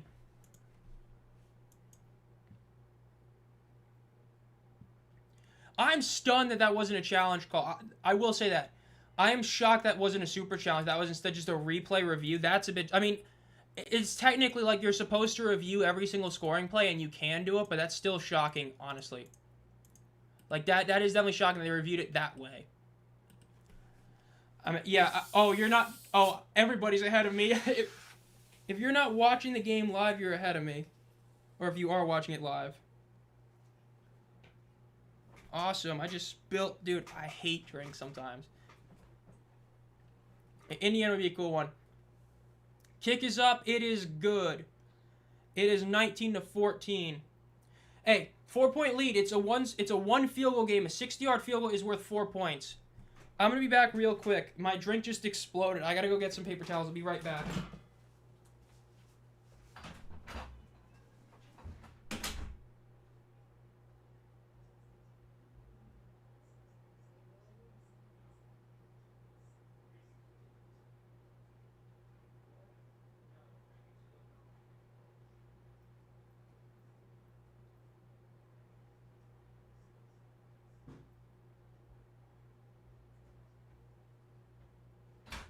Alright, we back. Yeah, I gotta love it. Drink literally just full-blown exploded on me.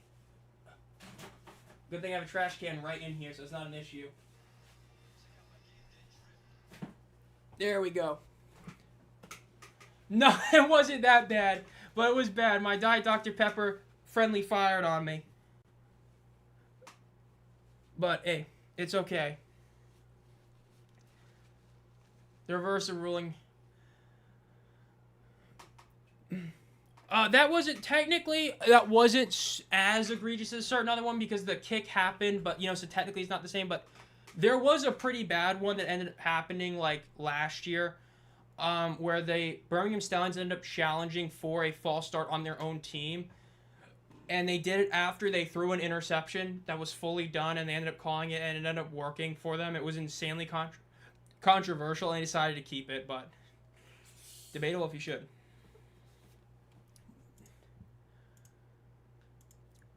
Let's see, any new post?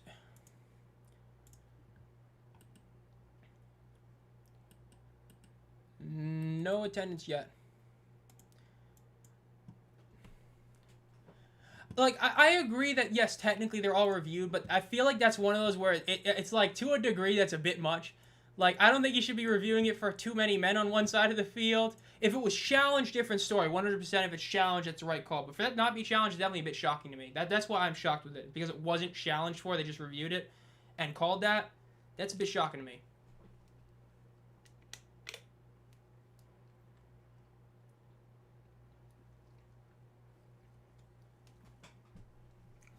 Yeah, I mean, Henderson had a shot in 24. Then, you know, something happened, and he had to be 25, and something happened, yeah.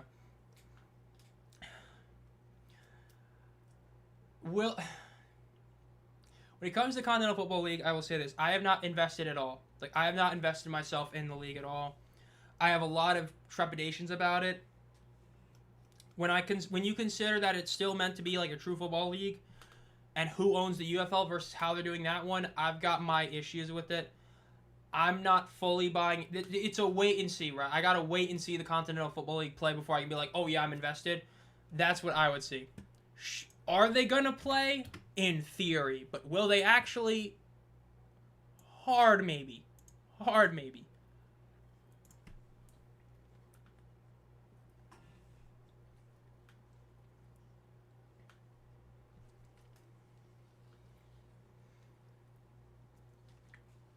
You know, a lot of people talk about OKC. I've got some, like, I would just imagine that the UFL is probably more thinking in the line of bringing a couple teams back, but I think they're definitely a legit option for a team that be brought back. Rumored 413 for Cole Kubalik. Gotta love that. Rumored time. Rumored 413.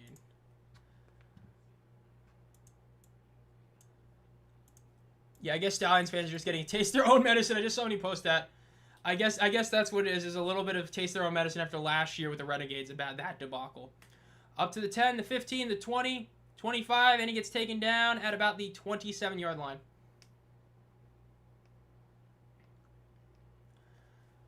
If the Gamblers hold on, it's 3 Wizards, Stallions for the Gamblers, and 7 for Allers. That is pretty insane right there. I doubt it. I gotta see the Continental Football League play before I say anything. I gotta actually see it play because I've got so many. I don't know for sure if it's gonna work. If they increase the capacity size, I think that's a real option. But if it's under 10K, I think it's too low. I could say that you were you around last year, Hoodap? Because I remember the Stallions got a even worse iteration of that going their way last year. So that's definitely karma. It's delayed karma, but that's super delayed karma after the Renegades screw job last year for sure. Yeah, I haven't watched a ton of CFL for me. I picked the Stallions to win by 6. That was a one. I mean, hey. I mean, again, it was reviewing a play after it happened. I mean, it fully happened. They reviewed it, and it was a false start of a play that already happened. I mean, you can't be mad at this one and not be mad at that one. You either got to be like, they both are what they are, or they both were bad. That is going to be called a catch on the field. Again, remember, you only need 1 foot in bounds with the change that they did to the rules, where it's college rules, only 1 foot in bounds. With 6 minutes left and 2 timeouts left, the odds that Birmingham can end this game are very slim on this specific drive, but it is possible. So, yeah. 1st and 10, in shotgun ball snap. They hand it off. Going to be about a 3.5-yard carry. I mean, if they're able, they could still legit end this game in this quarter. You know, right now in this drive, if they do a very, very slow, methodical one, we'll see. Yeah, CFL definitely has some. It's just one of those where it's just kind of because of when the season is. I don't have it like fully in there to watch it, but it's definitely a solid one. I think 4K max. Yeah, actually in attendance, it is not a huge one, but we'll have to wait and see what the number is. We might not find out the number till like after the game. That's just what's happened sometimes with how the attendance is done this year. But it ain't good. It's like last year. Corral throws it. It is caught at the 35-yard line. Jaden Mickens, again, had an incredible game last week. Gets another great game right there. Or another great play right there for Birmingham. UFL just posted the touchdown.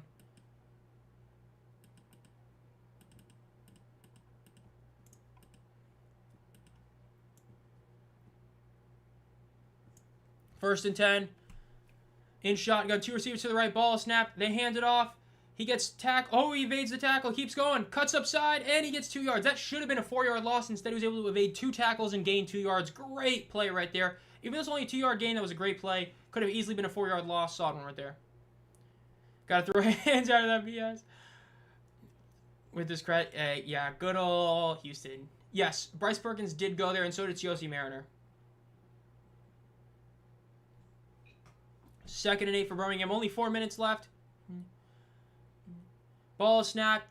They do a slight fake delayed handoff. It's thrown and caught at the 20-yard line.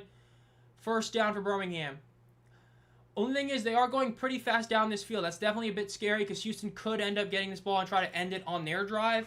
That's the only thing I'm a bit worried about, is they're going very, very fast in this drive. Like right there, they ended up throwing that or calling that play with 11 seconds left on the play clock. We'll see if it ends up biting them in the ass in the end, but we'll see. 1st and 10. Little over 3.5 minutes left. 3 receivers lined up to the left side of the field. They hand it off, cuts to the right, and he gets tackled at the line of scrimmage. Field goal merchants giving a chance for a field goal. Oh my god. Mittens, yeah, dude. Jaden Miggins had such a good game last week. Like I said, even though technically Tyler Vaughn's had the best game last week for wide receivers, I thought he was the best, Jaden Miggins, because he, like, Birmingham would not have even been in that game without Jaden Miggins. He was so good last week. He was incredible. Like, every single time they threw him the football, he caught it. No matter where it was thrown to. Great. In shotgun, 3 receivers to the left, 1 to the right, running back to his right as well. Looks to the right side of the field, looks to the middle of the field, throws it over the middle. It is caught at the 15, and he's going to be taken down at about the 14. Yes, they do definitely go for 2, make it a 3-point game. That's for sure the right call is to go for it. You're going to assume that they're not going to try to do a 4-point field goal, so try to make it a 3-point lead. There's no real point to only have a 1-point or a 2-point lead, so yeah. 3rd down. Okay, I am seeing a lot of things right here on the chat. I've not gotten to that play yet. 3rd and 4. Ball is snapped. They throw it deep on the left. Oh my god, that was that was a flag. Okay. Flag on Houston. Yeah, that's one of those classic, you don't want to give up the touchdown, you just throw him down. Which, if I'm gonna be honest, I would have let him score the touchdown there. I know it's a risky decision, but if you let him score there, they have to still go for 2, and you have enough time to end the game. So, like, I get it, but I don't get it at the same time. But yeah, that was a clear hold right there. Clear hold. Yeah, I mean, yo, easiest call in the ref's life is 1,000,000,000% right. Come on, gambling sector. Yeah, that was definitely I do not want to let this guy score a touchdown, so I'm just going to take the flag. Which he really didn't need to do. He wouldn't have gotten there. That was an uncatchable ball. That was, okay, I take it back. That was a bad one. He was not going to catch that ball. That was an overthrow. That was definitely a bad call by the defender, but obviously clear, obvious penalty. Want to see the first OT of 2026. Ball is snapped. They hand it off in the middle, and it looks like it's a touchdown for Birmingham with 2 minutes and 2 seconds left. That looked like a touchdown. And yes, what Adam said is true. The one thing that's risky about that, if they don't get the 2-point conversion, a field goal wins it for Houston, and with 2 timeouts, 2 minutes left, they can definitely end this game. But they have to fail a 2-point conversion. That should be a touchdown. I thought it looked pretty clear, but we'll see. Touchdown. So Birmingham has a lead again, 20-19.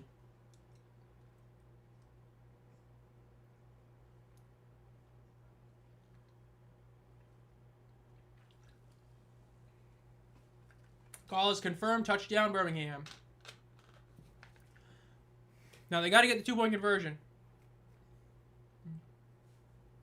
They need to get this one if they want to have a shot to win this game easily. Looks like they don't get it from what you guys are saying. In shotgun. Ball snapped. And, oh, yeah, he overthrew that one. So it's a 1-point game. So Houston just needs a field goal to win the game. They need to just Houston needs to end this game with a walk-off field goal. They cannot let anything else happen. They got to walk it off if they want a chance to win this one. Can't let any time left there.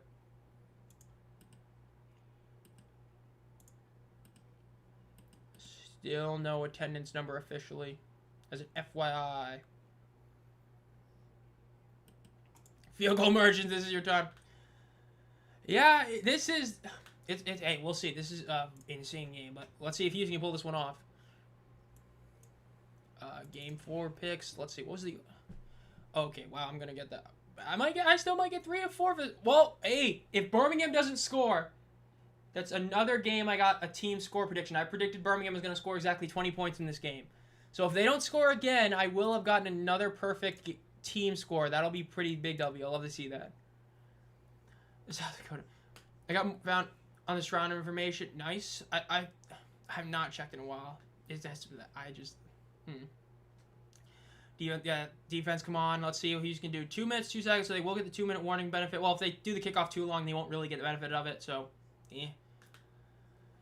Kickoff is up. It is going to be returned at the 20, 25, 30, and he's going to be taken down at the 30 exactly. They got to get roughly, to get really good field goal range, roughly 30 yards, maybe 40. 40 to be super safe, get to their 30. We'll see if they can do that. They got 1 minute 56 seconds. They got 2 timeouts and a super challenge. They have more than enough time to do this, but we'll see.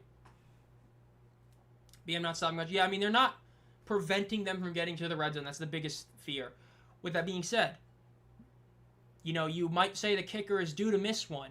And, you know, if he missed one, that would be such a wild way to end this game. If it's a missed field goal, a missed walk-off field goal, oh my God. We'll see. We'll see. Yeah, we'll see for sure. It'll be interesting to see. Better have a team in South Dakota.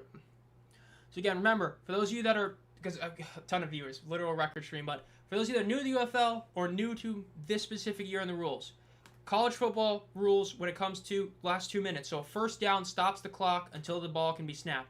So first down does stop the clock, allows you to save time.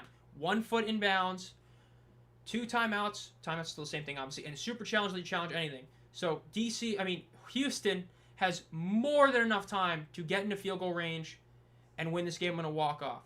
The one thing that could be bad for Houston is if they get a big, deep play and they end up getting stopped, kick a field goal. Again, if Birmingham has even like 40 seconds left, they can easily get one as well. So Houston needs to end the game on this drive. We'll see if they can do that.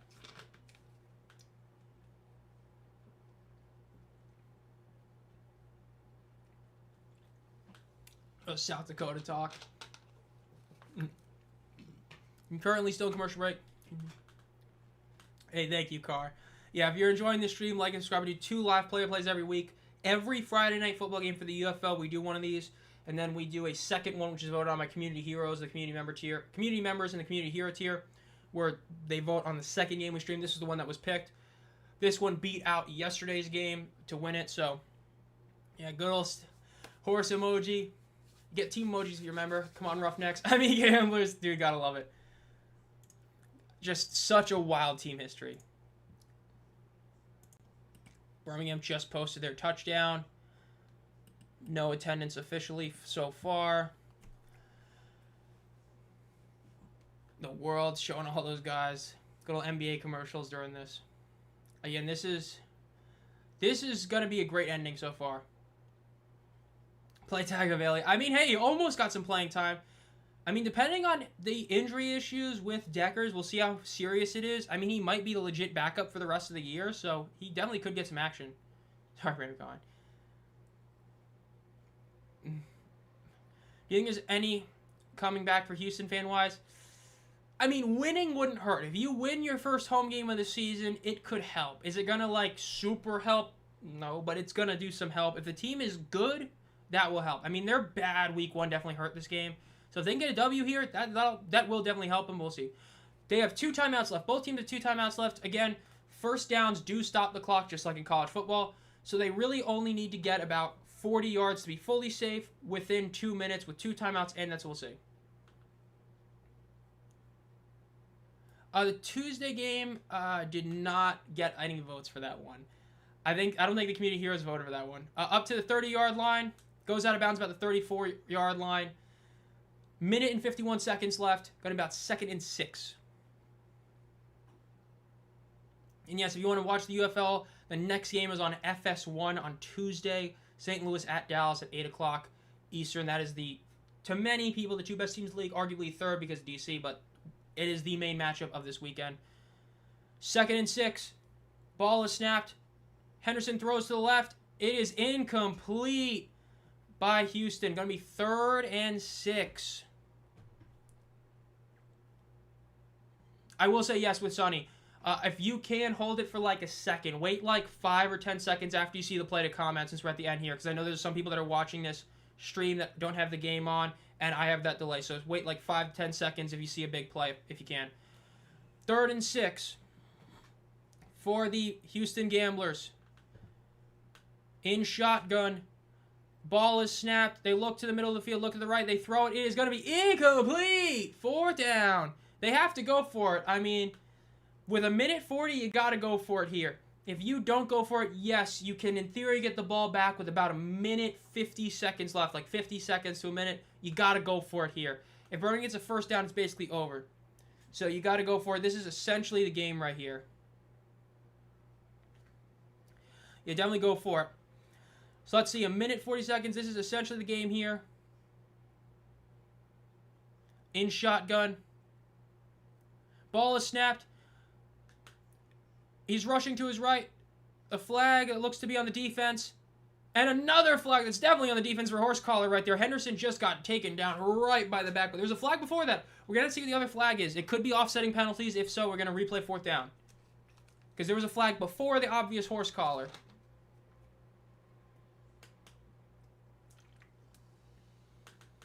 So let's see. It's at least a flag on the defense. We got to see what the other one is. Going to be offsetting penalty, so it's going to be replaying 4th down. Overall, that still did benefit Birmingham. They were able to get about 6 seconds off the clock, so it does still help Birmingham. Makes Houston have less time to do this drive.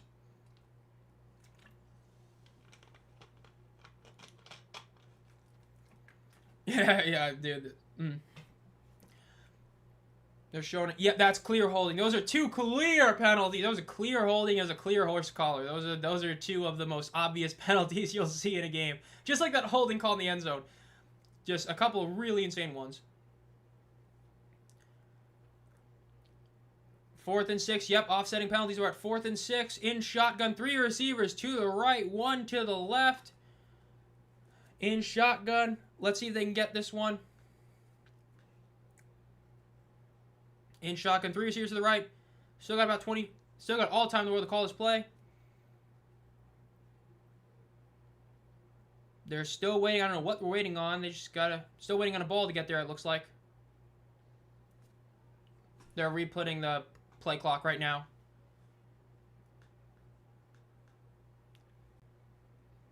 Oh, they're taking off another 5 seconds of the game clock. Okay, that helps Birmingham as well.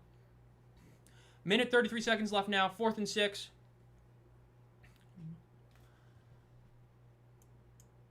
From the 34-yard line, 4th and 6, 2019. Motioning receiver from the right. Ball is snapped. Looks to the right side of the field. Rolls. He's getting pressured. Henderson rolls up to the middle. He's going to run for it, and he gets the 1st down on the rush. He gets to the 50. Oh, he gets down just shy of the 50. Incredible play by Nolan Henderson right there. And his bets for Zomb. Yeah, remember, if you are watching this game, comment like 15 seconds after you see the play, because I'm a bit back, and a lot of other people like that, so just put a little far back, wait a few seconds before comment. Birmingham is challenging something. He's going to go for the win here.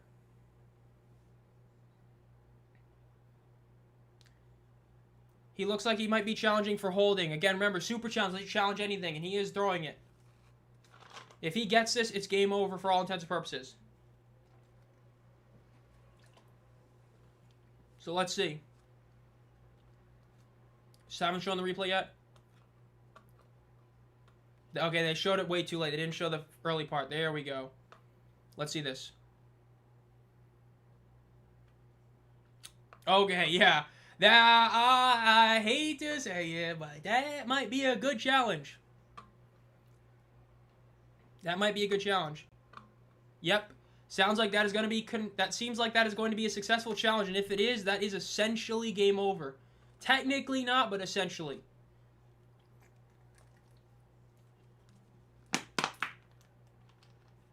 Yep, it looks like that's going to be a successful challenge. So you don't know what just happened. AJ McCarron threw the super challenge, which you are allowed to do within 2 minutes in the UFL. He challenged for offensive holding, and it looks like that call is going to be overturned. So it's going to be a holding penalty. So they're going to lose 10 yards. It's going to be replay 4th down. So essentially game over because I don't see Houston getting a 4th and 16, but you never say never. Great call by AJ McCarron. So we'll see. Houston now has to make a really big play here. And again, like I was saying earlier, that's another few seconds taken off the clock. That's 10 more seconds that Houston just lost because of that. So even if they do get it, it still hurts in the time department. So we'll see. 4th and 16, Houston needs this to stay alive. They don't get it for all intents and purposes. It is game over.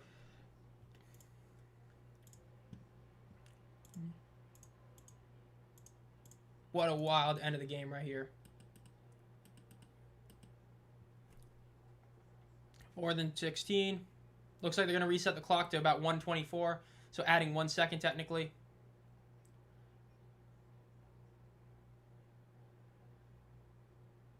Can they get it? We'll see. 4th and 16.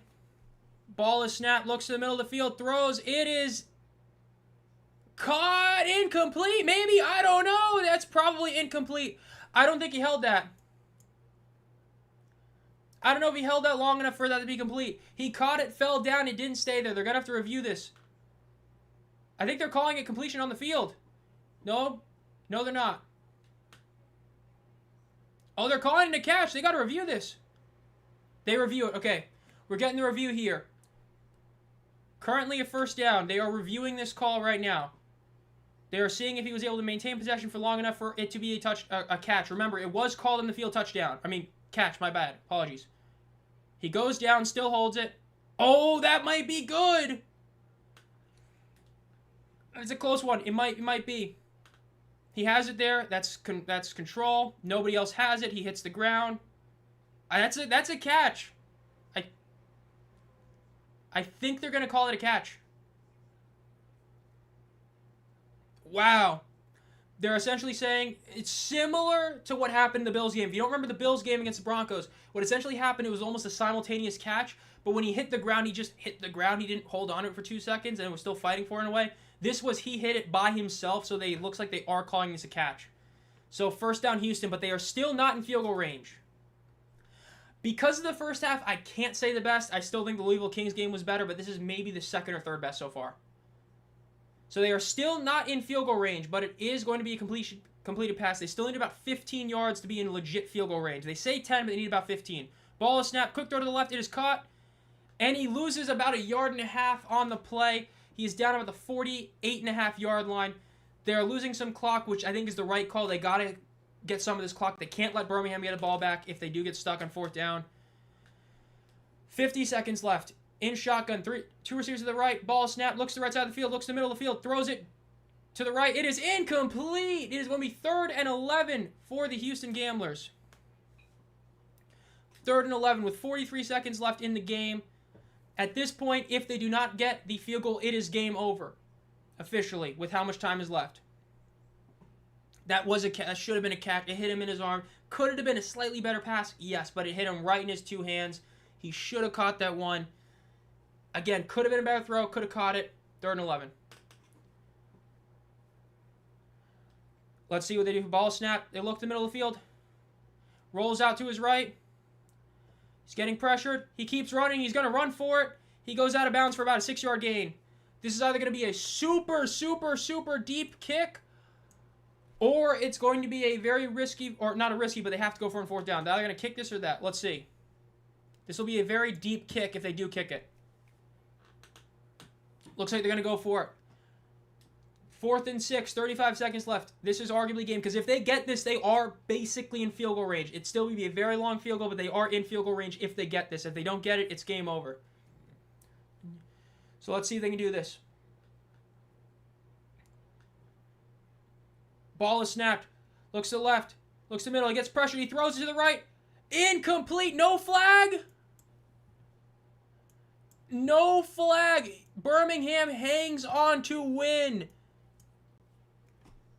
If they got the first down, they would have been in field goal range. Right now, they really weren't in field goal range. That's what I meant, Junie. If they got first down, it would have been field goal range. No flag. Birmingham wins the game. Insane ending, 20-19 in an insanely close game. Wow, but it looks like Kevin Sumlin is challenging. Hold him up a minute. Oh, attendance is 77.4 apparently. Yeah, I don't believe that. They're calling it 7,700. Okay, sure.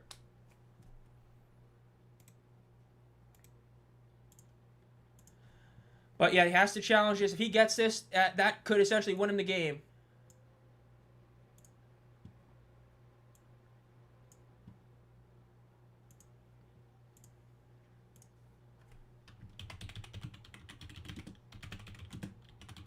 They are calling this a pass interference. This will give the first down to Houston.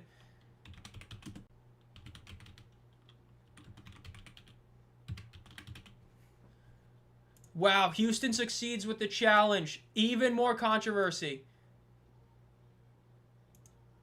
That is going to be pass interference on the defense. Houston has another shot to win this game. The challenge is successful. We just watched 2 challenges. We are seeing how challenges are so important. Both teams are able to use it to help themselves. Let's see what happens here. 1st and 10. 28 seconds left. Houston now has 2 timeouts left. Yeah, 7,400. That's what apparently the number is. 7,400. The tickets distributed, which ain't no way. Again, this is still very far for a field goal, but it still is. They should just run it, try to get a few yards, to get at least 5 yards, then kick it. That's what I would do. They hand it off. It's going to be up to about a 5-yard gain, or maybe 6. It's about 6.5 yards on there. It's going to be about 2nd and 3. They might just run the clock down and kick this and try to kick the game-winning field goal. Let's see if they make this. I mean, hey, dudes, I'm just saying, there were very few NFL games that compete with this one. Just saying, last year. In terms of quality. They're going to spike this ball and kick the game-winning field goal or miss it. They're going to go for it. Let's see. 2 seconds left. Let's see if they can make this. This is for the game. If he makes it, it is game over. Houston wins on a walk-off. If he misses it, time ends. Birmingham wins. Insane ending. 2 huge challenge calls by both teams. Controversial decision on a field goal earlier that allowed for Houston to score a touchdown. Injury to Hunter Deckers. Insane game so far. Let's see if Hoyland can make this. He has not missed a kick so far. Is he going to miss one here? Let's see. This is for the win. They're lining up.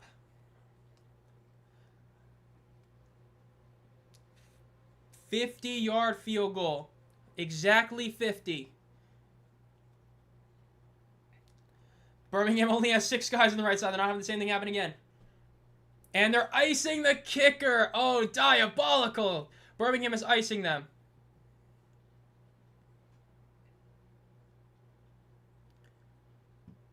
Yeah, players get about $70K each player.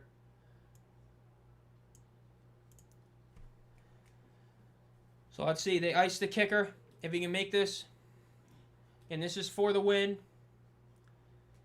He's about 5 of 5 in kicks. Technically like 6 of 6 if you count the one that didn't count because of the turnover or the challenge. But we'll see if he can make this kick for the win. If he makes this, they go to 1-1. This is going to be the 3rd win against the Stallions by the Gamblers if they're able to pull this off, which will be by far the most in UFL against anyone. The kick is up, and it is good. Houston makes the kick, and they win off the walk-off. 22-20. Houston with the win. In one of the most wild endings ever, Houston wins on the walk-off. Walk-off kick for the win. Insanely controversial game with challenges. An insane, weird review on a field goal that gave Houston a shot at a touchdown. He makes it, and the game is 22-20. Houston wins at home. Their 3rd ever win against Birmingham as the Houston Gamblers. which is by far the most in this era of spring football. Insane win for Houston. Just an insane, I would say A tier. The ending is just great. Insane game. Houston is able to win. There's, again, quarterback injury. They still pulled it off with the walk-off kick. 5 field goals made in this one. Insane. Again, massive controversy with the overturned field goal that allowed Houston to have another drive. They were able to do it, and they scored the touchdown on that drive, which allowed for 2 separate challenges. Both teams ended up helping them out, and Houston wins. Insane game. Next game is on FS1 Tuesday, 8 o'clock if you want to catch that game. If you enjoyed this stream, I do a play-by-play live stream every Friday night game, and I do a second one voted on my community heroes. I do, obviously, weekly power rankings for the league, week review, podcast second six, game picks every week. So I do all that. So if you enjoyed this and want to be around the channel, subscribe, hit the bell. Think about becoming a community member for 99 cents a month to get access to emojis and all that. I don't have FS1. Dude, I hate that. It's on FS1. But it was an insane game. Insane one. Thank you all for being here. Best performing live stream channel we've had before. So awesome. Again, I hope you guys have had a great Easter. And I hope you guys have a great Easter for the rest of the game. I won't be doing the Tuesday game, but I will be doing next Friday's game. And as always, guys, have a great night.